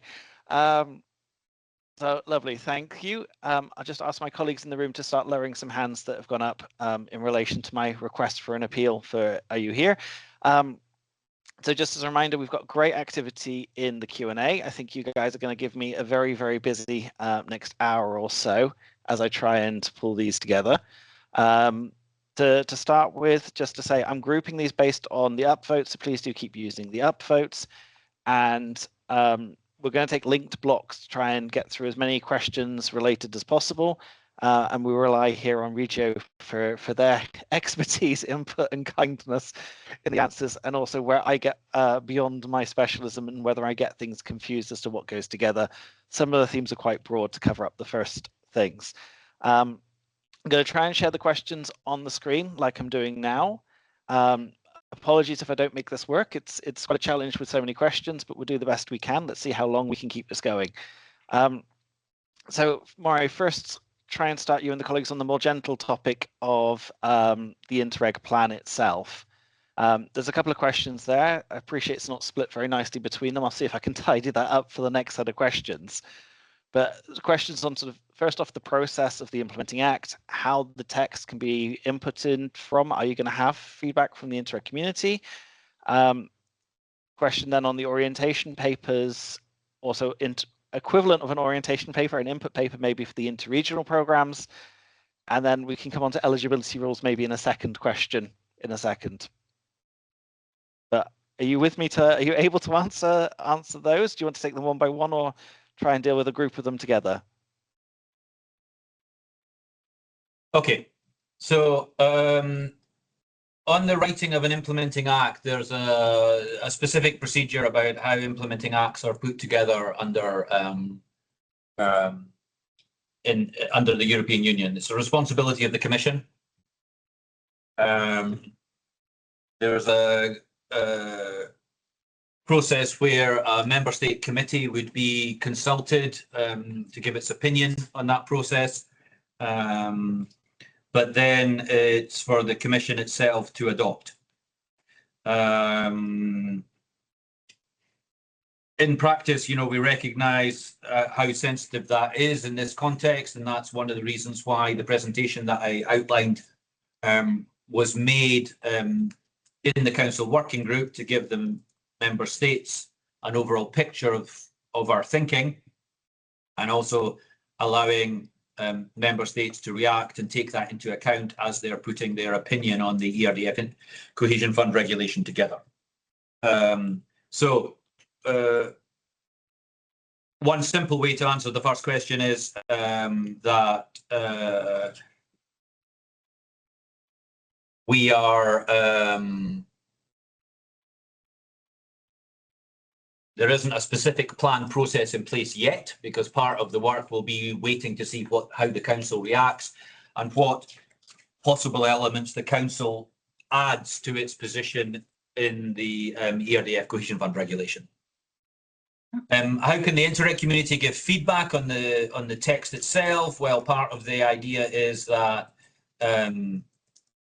by raising the awareness in events like this, by hopefully maintaining your discussions with your member state representatives in council, that you can feed into this process at all stages of the preparation of all the regulations, be it those decided by Council Parliament or be it those decided by the Commission. So that's also a little bit the same response to the fourth bullet point on the screen about the eligibility rules and the implementing act. It will depend how member states deal with those, what the Parliament's position will be. The formal timeline that is worth mentioning, of course, is that an implementing act can only ever be adopted after the adoption of a Council Parliament regulation, because it's in the Council Parliament regulation that the Commission is given the authority to adopt an implementing act. So in any case, adoption would have to be consecutive. You could do preparation in parallel to a certain extent, but the adoption would have to follow the formal adoption of the Council Parliament regulation. A small quick answer on the third bullet point before I hand over to Simona. We envisage We don't foresee, because that involves crystal balls, but we envisage an input on interregional cooperation in that we will provide a cooperation orientation paper, as we will do for all current Interreg programs. And on timing, planning, accessibility, Simona? Hello from my side as well. Good morning still. I think that we are still in the morning. So on the cooperation orientation papers, so as you have heard, we are preparing them for all current Interreg programs at the moment. On the exact process, we have not really yet completely made our plans as for the way how those will be delivered to you. Our intention is to come up with those in the third quarter of this year. We may not be able to send all of them in one go, so it may well be that some groups of programs will come earlier than others. Maybe we are more, maybe we are quicker with some types of programs. But in general, the intention is to have them in the second half of the year, I would say, and they would come probably directly to you as managing authorities, or we will look at the way they were sent last time. I think they were sent by the Director General, so the process is not yet completely stabilized. Back to you, Kevin. Thank you for that. I'm just putting some questions together on performance-based approaches. So before we go there, though, I know Regio are just trying to fix a camera issue in the background, so thanks to colleagues for trying to work on that.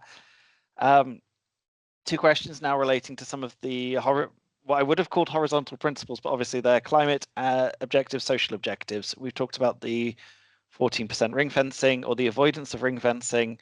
There's a general question at the bottom, I think maybe slightly more open about the 14% target and how that collective achievement will work. And then a very specific question about the coefficiencies and the intervention fields back and forth. I try not to speak too much about topics like this, so I posed the questions to Regio. And I hope Mari and Simona, you're still with us. We are. Yeah. Excellent.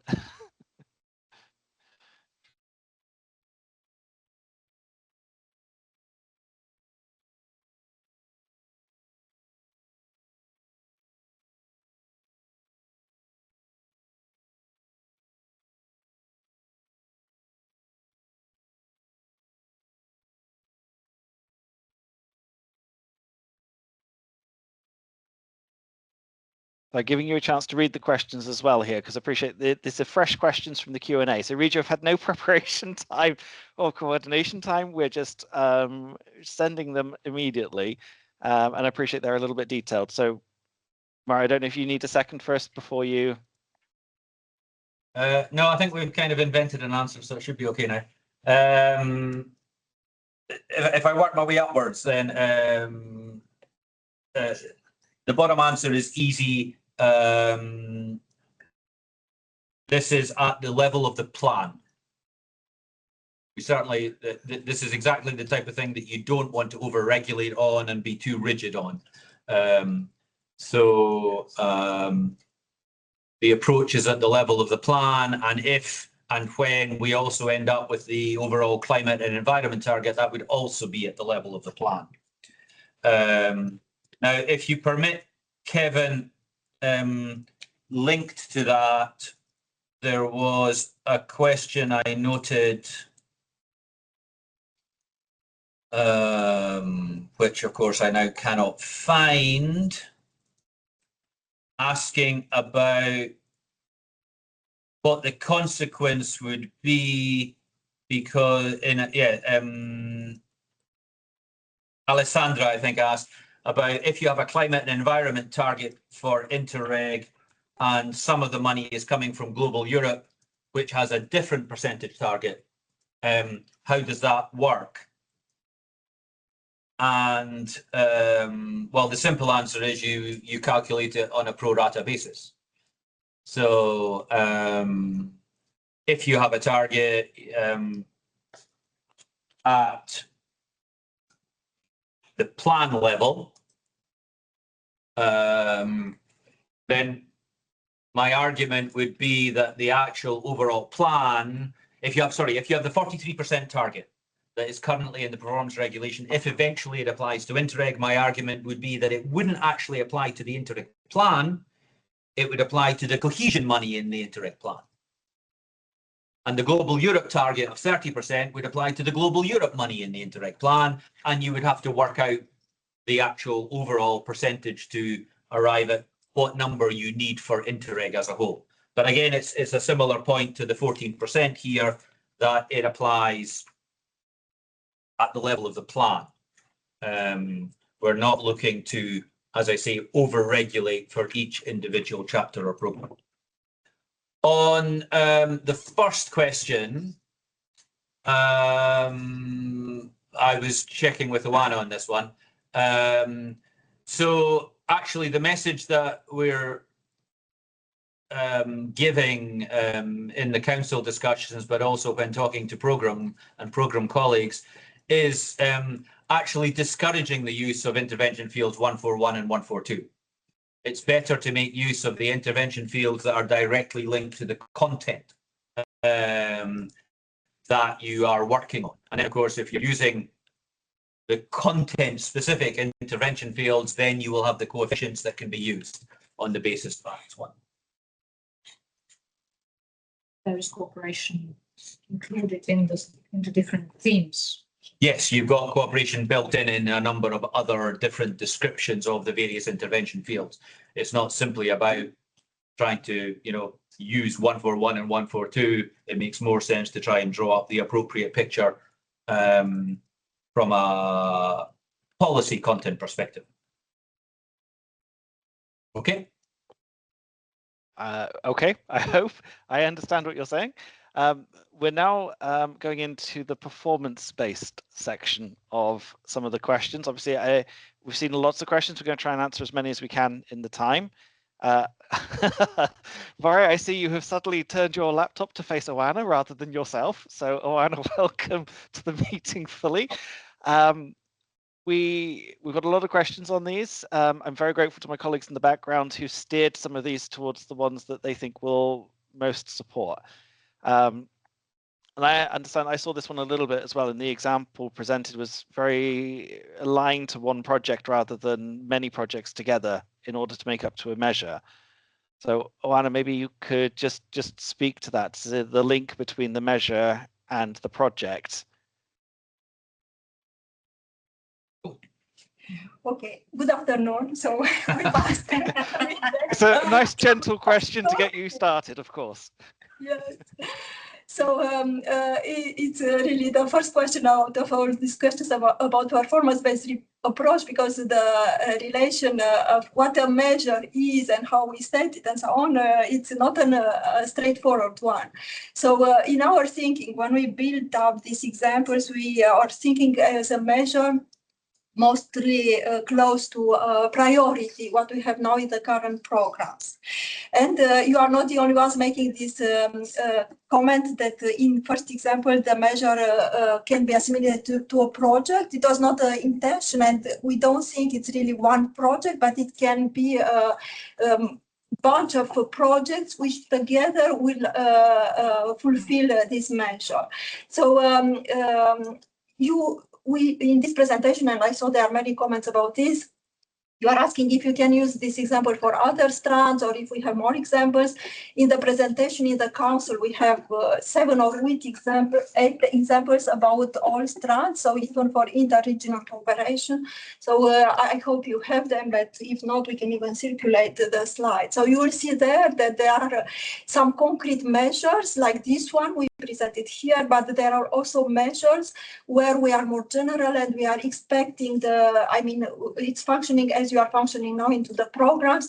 You have to solve a problem and you are open mainly for transnational programs. For example, we have an example saying we want to improve cooperation for smart specialization in a certain area. So there is no link as such between, in the example, to the specific projects. Now, if it is appropriate to have it more specific, it is possible. If it is needed to have it wider, it is also possible. So the definition of measure is quite open, but we do not encourage you to have 100 measures into one chapter, because we'll need to follow measure by measure. So if it is too granular, it will be very difficult to follow them. So we should try to find the right balance.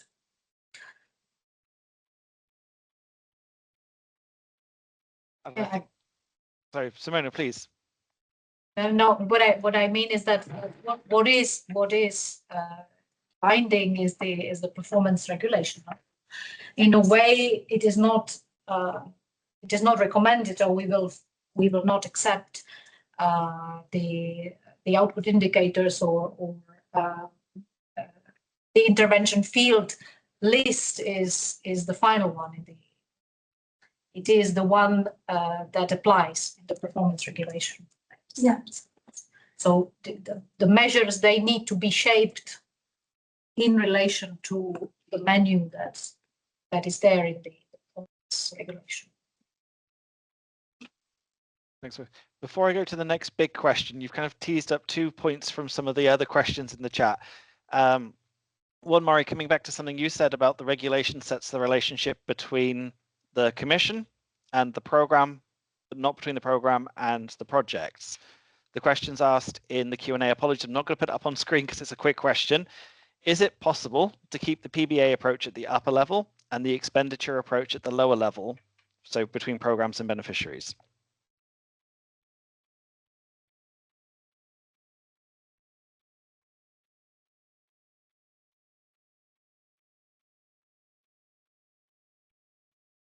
Just checking. I think as I've asked that question, unfortunately, there is a challenge on Regio's side with the connection.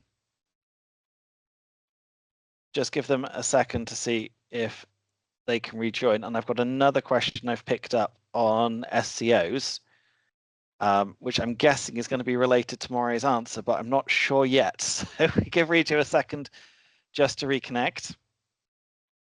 Hopefully they're still with no, us. we're still connected. I can't get the room camera to function effectively, so we're switching back to laptop. The answer to that is yes.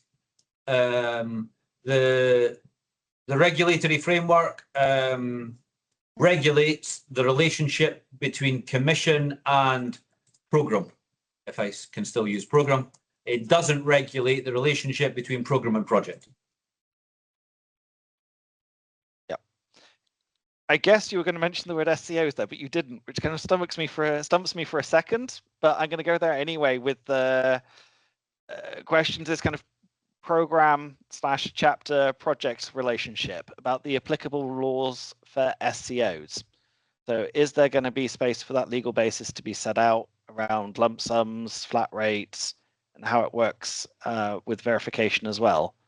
Is that envisaged in some of the comments you made earlier about potential eligibility rules needing to come from the Interreg plan?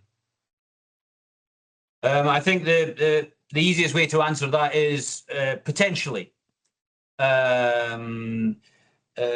We understand the attraction and the use of that inside Interreg programs at present, and the benefits that simplified cost options and their use have brought. There is some resistance, I think, to regulating to that level of detail. There is, and that kind of fits inside the overall architecture that the Commission has proposed post 27. In a lot of these discussions, in a lot of the frameworks for how the future budget will work, the entire focus on the Commission side is Commission to programme, and then the rest of it is get on with it. In a sense, I think our rationale and the point that we've been trying to make is that, again, in a multi-country Interreg context, you sometimes need to have harmonized rules that can apply across international borders, that can facilitate the delivery of cooperation projects, and simplified cost options are clearly one of those. So that's a little bit our thinking, and that's something that, you know, perhaps we expect member states to be making quite clear in their responses during the council regulations. And I think if we come back to, I think there was one of the questions about how programs and Interreg partnerships can have an impact on the future implementing act. You know, making that case loudly and clearly to everybody who is listening will be very helpful. Point well made there. We need to be noisy on that factor if we want SEOs. Next meaty question on performance base. I think you've also answered this one before in September a little bit with you're asking the wrong question here on simplification, but I ask you again. This is around this double collection of data. One, for the relationship between the program and the commission, which is, you know, we've met the milestone, we've met the target, give us our money. And the second is the commission saying, oh, please give us the details of, oh, hello, Anna. Please give us the information about everybody who was involved in the payment process on the other end, be it for double financing, procurement rules, state aids, and the other challenges involved in this single data entry point. Yes. I mean, it's a difficult question, but to be honest, it's not so much for Interreg. It's a part of the entire discussion of the mainstream programs. And as Maureen said, it will not be different from Interreg what is this for the mainstream programs. So for the moment, to be completely honest, we don't have a clear view how it will be done. So as you know, in the NRPV regulation, the articles refer clearly that the managing verifications may not be done at the level of the costing. The audit procedures will not be at the level of the costing. However, these articles are already changing the council with an obligation, so saying that management shall not be at the level of the operation, and the audit shall not be at the level of the operation. So we are seeing how this will evolve. The Parliament may not be so keen on this. But what it is relevant is the costing exercise, which will be an essential exercise for the entire plan. And for this, for mainstream programs, we are working on a guidance, and we will see how we can integrate there the costing elements for Interreg.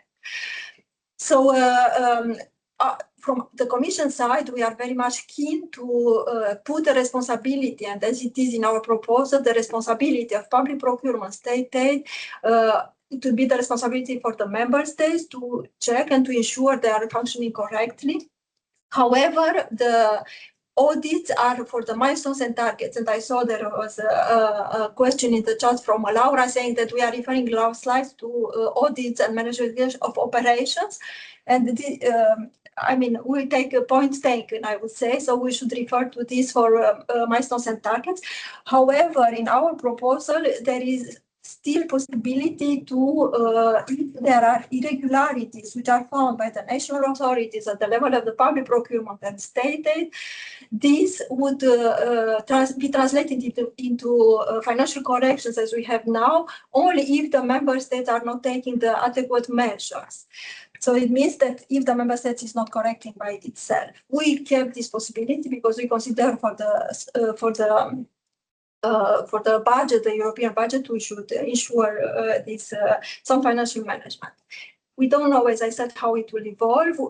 It looks like, and will not hide this, now that we may arrive also in a kind of double system where we'll have to verify the milestones and targets. But for the national authorities, there is still an obligation at the level of the operation to ensure the costing. And it goes also a bit in line with what you are asking. Can we have this costing exercise between the managing authority and the beneficiaries? So we are saying at the Commission level that it will not change much at the level of the verifications for the managing authorities. But I would say let's see how it will evolve in the negotiation. So on these elements, we cannot have a final or much clearer answer. Okay, thank you, Owen. I know that's an interesting question for many programs. Two more meaty performance-based, and I got a quick round on Global Europe coming as well. The target indicators were not consistent with the recent examples provided in the small meeting. So I'll give you a second to read that question because I'm having to read it as well, having pasted it in as an interesting one, but you know how to answer, I hope. Unmuted.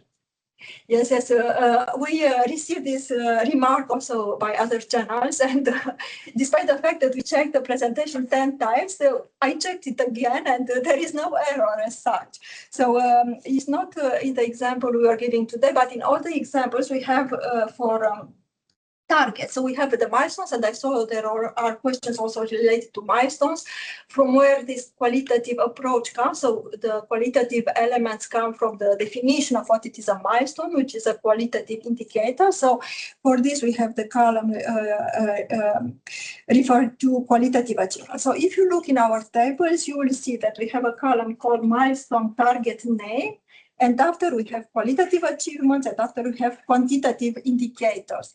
So the name as such, sometimes we adjust it to make it shorter and not to repeat the same in the next targets. But if you check the column quantitative indicators, from there we have the output indicators which are in Annex 1 of the performance regulation. So I checked again, I found the indicators we put there into the performance regulation. It's more a question of wording, I would say. But we'll be more careful next time when we put the names to be very closer to the denomination of the column on quantitative indicators. I'm going to stick with that word of quantitative indicators, also qualitative indicators, so the inverse of that. A question where that's coming from, is that consistent? Is that something misread? There's the second bullet point on screen, sorry, just slightly confused you, but we're talking about, you talked about quantitative achievements, so I'm asking now on qualitative achievements.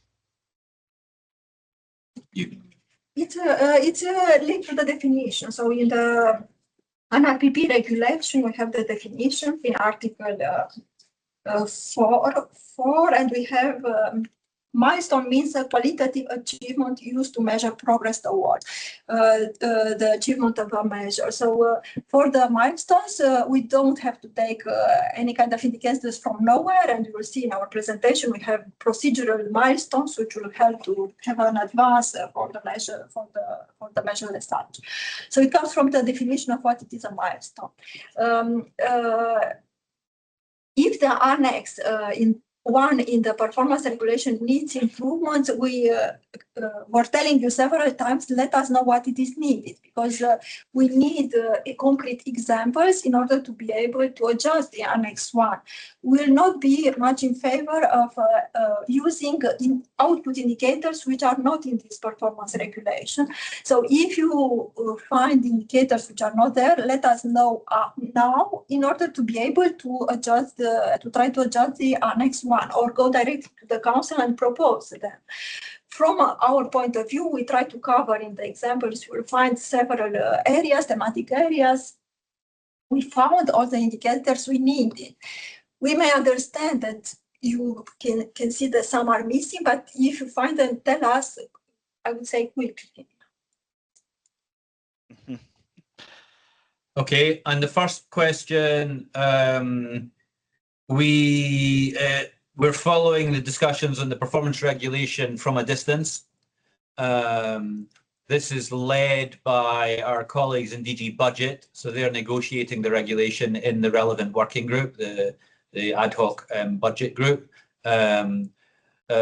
A colleague from Regio is able to sit in and listen, but just one colleague, so it's a horizontal colleague from our side. So we get reports back, but we're not directly involved in the discussions.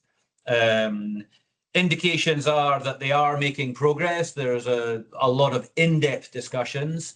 The Cypriot presidency is producing draft council positions. Again, they've divided up the regulation into different sections, and they're considering each section at each meeting, different meetings. So they are making progress on the drafting, but the last that I've seen is that there are still a lot of comments coming from member states, and a lot of pretty technical comments would be my summary. So it's my own interpretation of the situation, but I would say they still have some way to go before they're close to a final council position on that.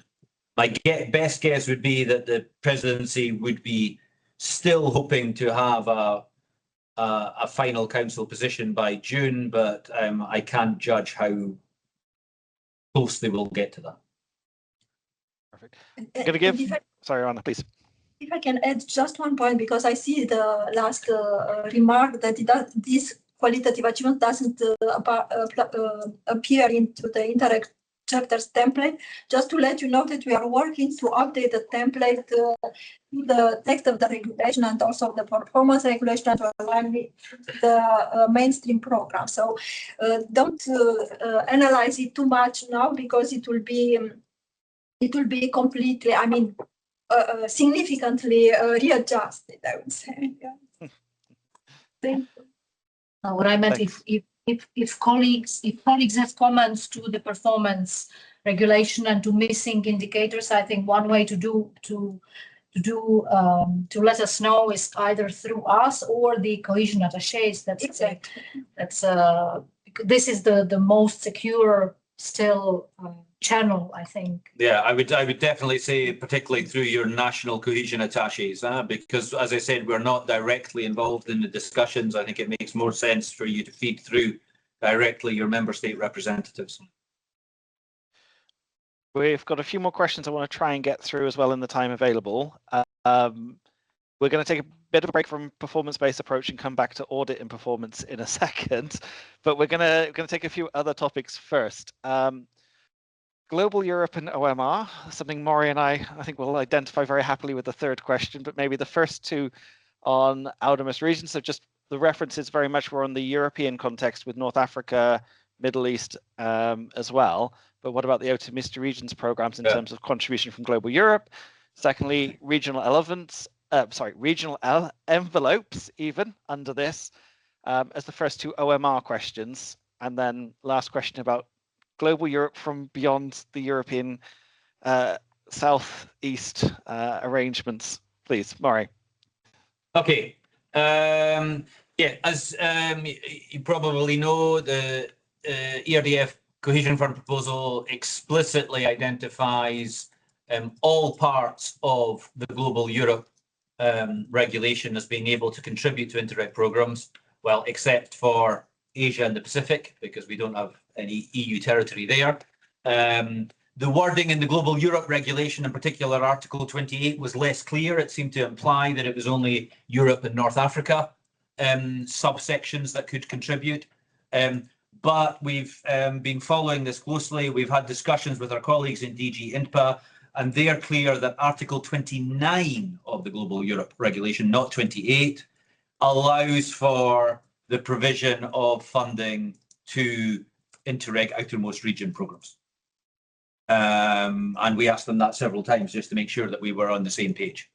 So the possibility there exists based on a combination of Article 28 and 29 in the Global Europe regulation proposal. We still have to see what comes out there, of course. The Global Europe discussions in Council are moving rather fast. I would say they're much further along than the discussions on cohesion and Interreg. But I would say that I've still not heard very strong positions being expressed by member states on this issue. There have been a few discussions more recently where a couple of member states flagged the importance of Global Europe's contribution to Interreg. In the Commission proposal, I think we have an indication where we say in 28, we're just tracking it down again.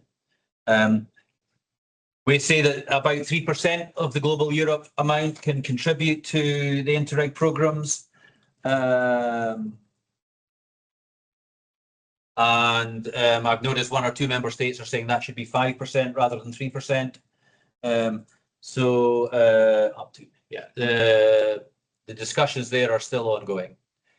On the final bullet point, I can say definitively and without fear of contradiction, no. We will not be giving EU funding to the UK because the UK left the EU.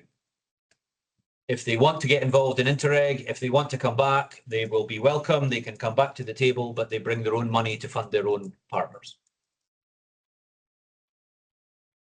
Similar arrangement, presumably, as exists with Norway, Switzerland, and the other non-member states who contribute. That's outside the global Europe envelope, which is aimed at global. Okay, clear. Yeah, and of course, yeah, and yeah, more practically, UK, Norway, Switzerland are not identified as beneficiaries of global Europe for the same reason. Therefore, they couldn't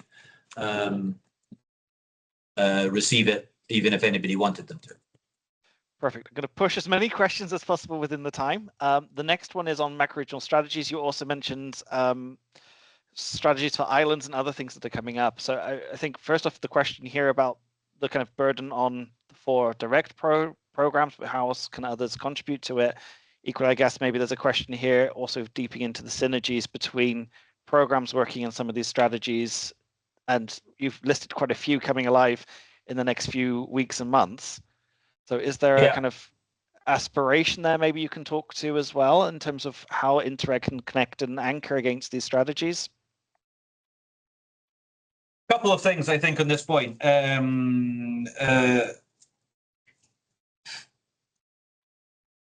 the underlying principle, I can very much agree with what's on the screen here. We have always said that macro-regional strategies scope is evidently beyond and above anything that Interreg could fund in its entirety. And the whole rationale for macro-regional strategies is that they also look for appropriate available funding sources wherever that may be. And that could be under national regional partnership plans, it could be under national funding, it could be under international financial institutions, given their coverage and ambition, then it should definitely be about the strategies continuing to look beyond and above. It's true that there is not so much on that in the regulations. The Commission has taken that approach in its proposal. It's also true that member states tend to be rather reluctant during negotiations about including any kind of limitation or restriction on the use of funding in this regard. We had that in 21-27, where the argument that Interreg programs should contribute to the delivery of macro-regional strategies was quite a difficult point, where member states wanted to water down the obligation to support in the text. I think what I would want to say, and I would want to be very, very explicit on, is that we will still, nevertheless, expect the relevant Interreg transnational programs to be entirely dedicated to delivering the macro-regional strategies where those areas overlap. This is the quid pro quo for the existence of macro-regional strategies. If member states come and they ask the Commission to put time, effort, and energy into the creation and functioning of macro-regional strategies, we expect member states to use the relevant funding to help deliver those strategies. It's not about then saying, oh, well, yeah, but we want to do something entirely different that's not covered by the macro-regional strategy, so we're going to fund something else. That's not the quid pro quo for how this works. And that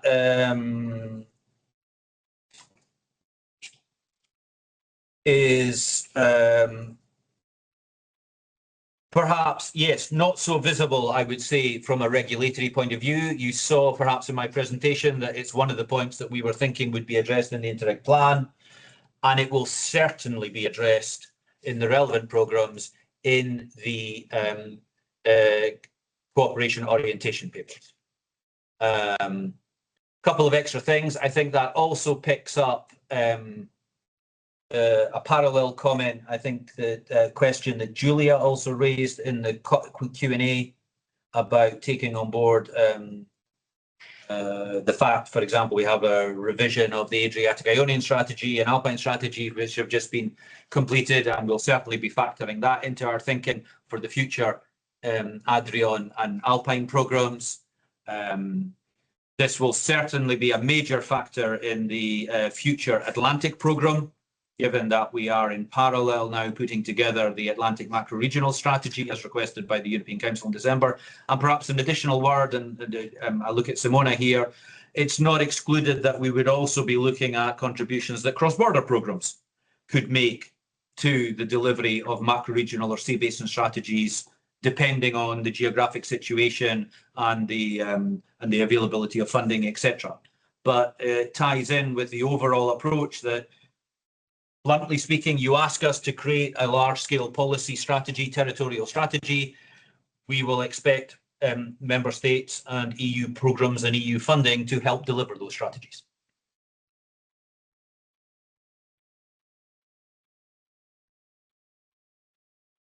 Sorry, that was me muted. We're going to run over time slightly. Murray did say he could stay on a few extra minutes, so we're just going to lean on that time a second. We've got 3 more very popular questions that I do want to include. In the meantime, my colleague Ludo has shared a link to the evaluation survey. There's an extra question in there as well. If there's things that have come up today that you think need to be taken forward more strongly by Interact, we're very happy to hear those.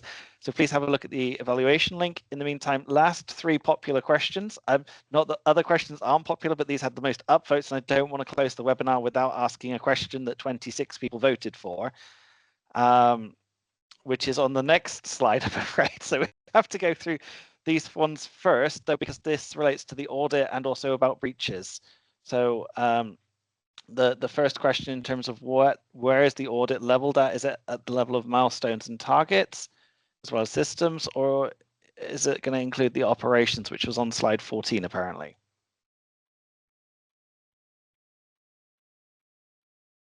Okay, I think actually we answered the first one already. And I think we took that on board, and we need to be clearer on the wording, and we should make that audit of milestones and targets to avoid confusion in the slide. So I think we addressed that one, but maybe Oana would want to pick up the second one. Yes, for the second one, we addressed it also a bit, but we are paying the program authorities based on the fulfillment of milestones and targets. So as I said, if there is not fulfillment on these milestones and targets, we don't pay. If there is a problem, as I tried to explain, on procurement or state aid, this is linked to the national legislation. And from what we know at this moment in time, we are still paying if the member states takes the appropriate measures to correct the breaches of the applicable laws or EU law or national law which were identified. If the member states doesn't take these measures and they do not correct these issues related to procurement or whatever, we may apply also a deduction of the total contribution to them. But let's see, as I said, how it evolves and how it will be done concretely. Thank you.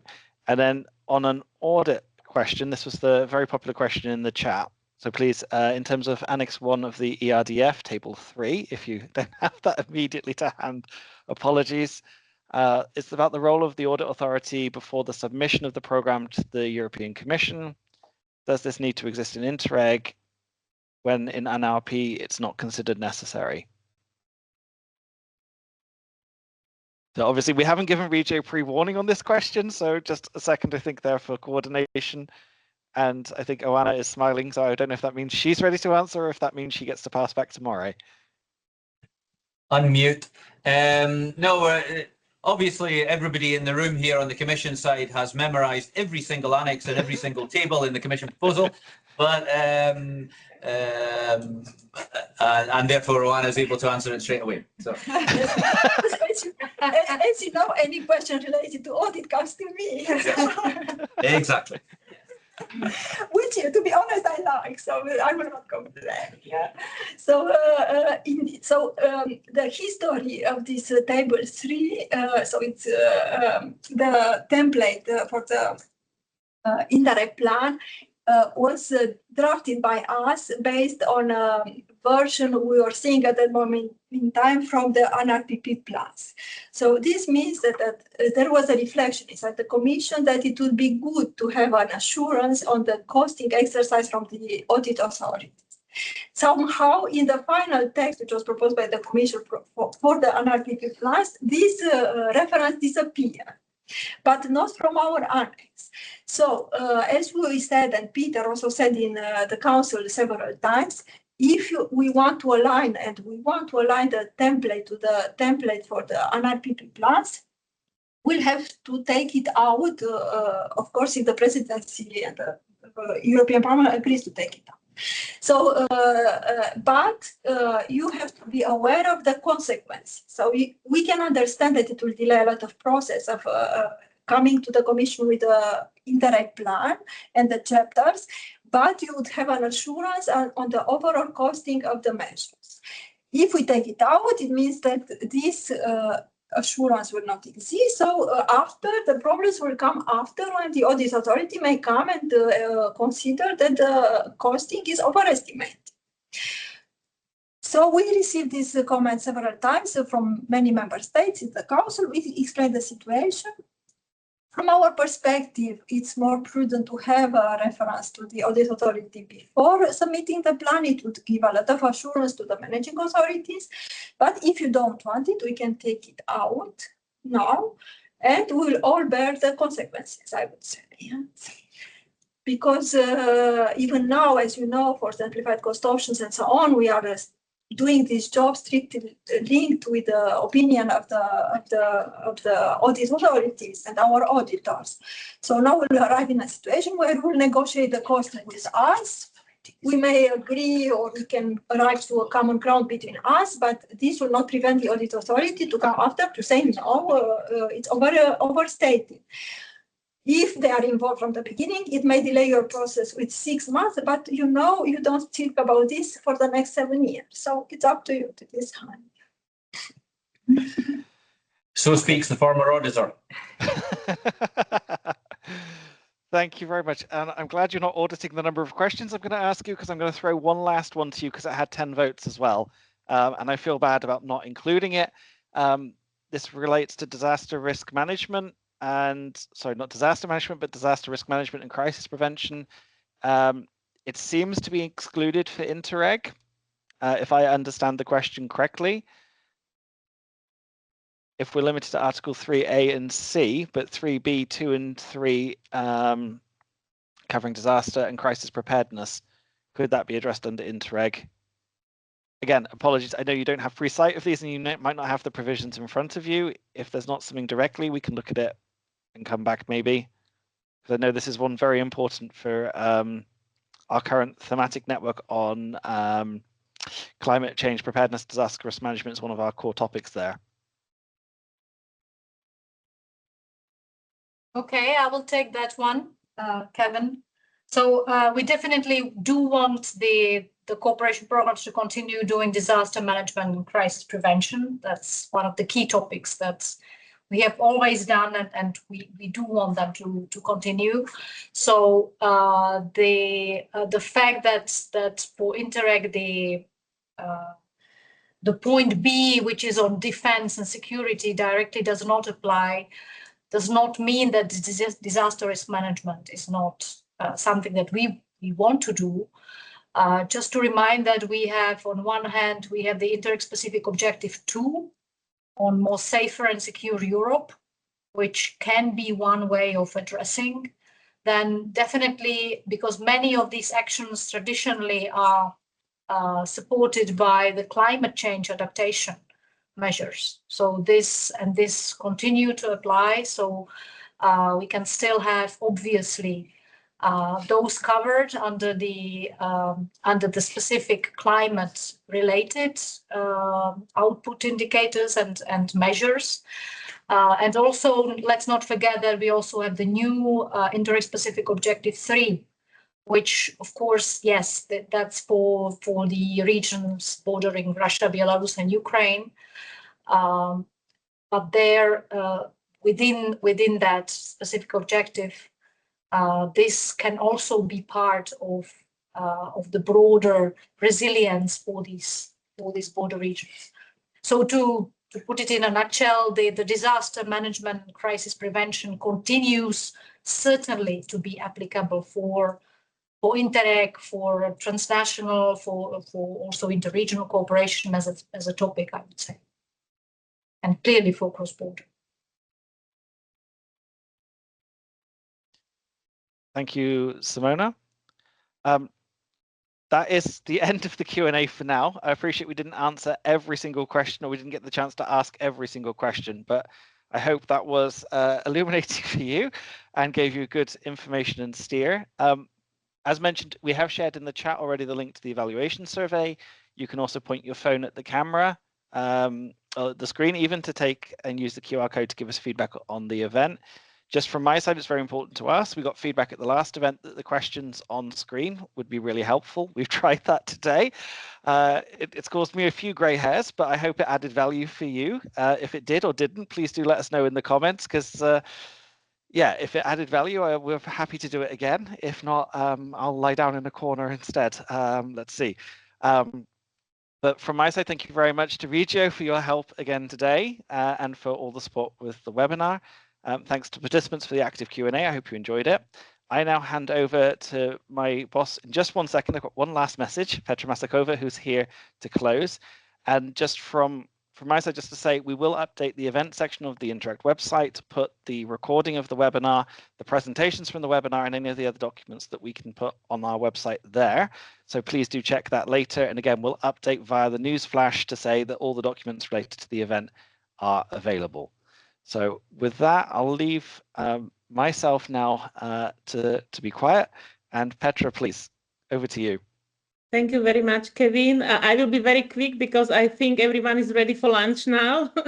So I will just quickly pass my thank yous to DG Regio colleagues, especially Mori, Simona, and Oana, for finding the time meeting with the Interreg community today and talking about where we are in the preparations, because not many of us are privy to the information from the Council, from the Parliament. So this might be a little bit illuminating for us as well. And we heard also your insights on various aspects of the preparation for the future. And I am confident that this was very useful for more than 340 people in the room in the peak. So I think most of the community was here. And I would like to thank all the program representatives for being here today, for your questions and engagements. Some were answered, but I think many still require clarification because there are many changes ahead of us. As Kevin already mentioned, please use the evaluation survey, fill it in, because there is also a possibility for you to ask for additional needs for Interreg. If you need some extra support during the preparations for the post-27 period, Interreg is here for you, so please just say what you need. And with this, I wish you all a great reminder of the day, and of course, bon appetit to everyone. Thanks, Petra. Bon appetit, all. Thank you very much for your time.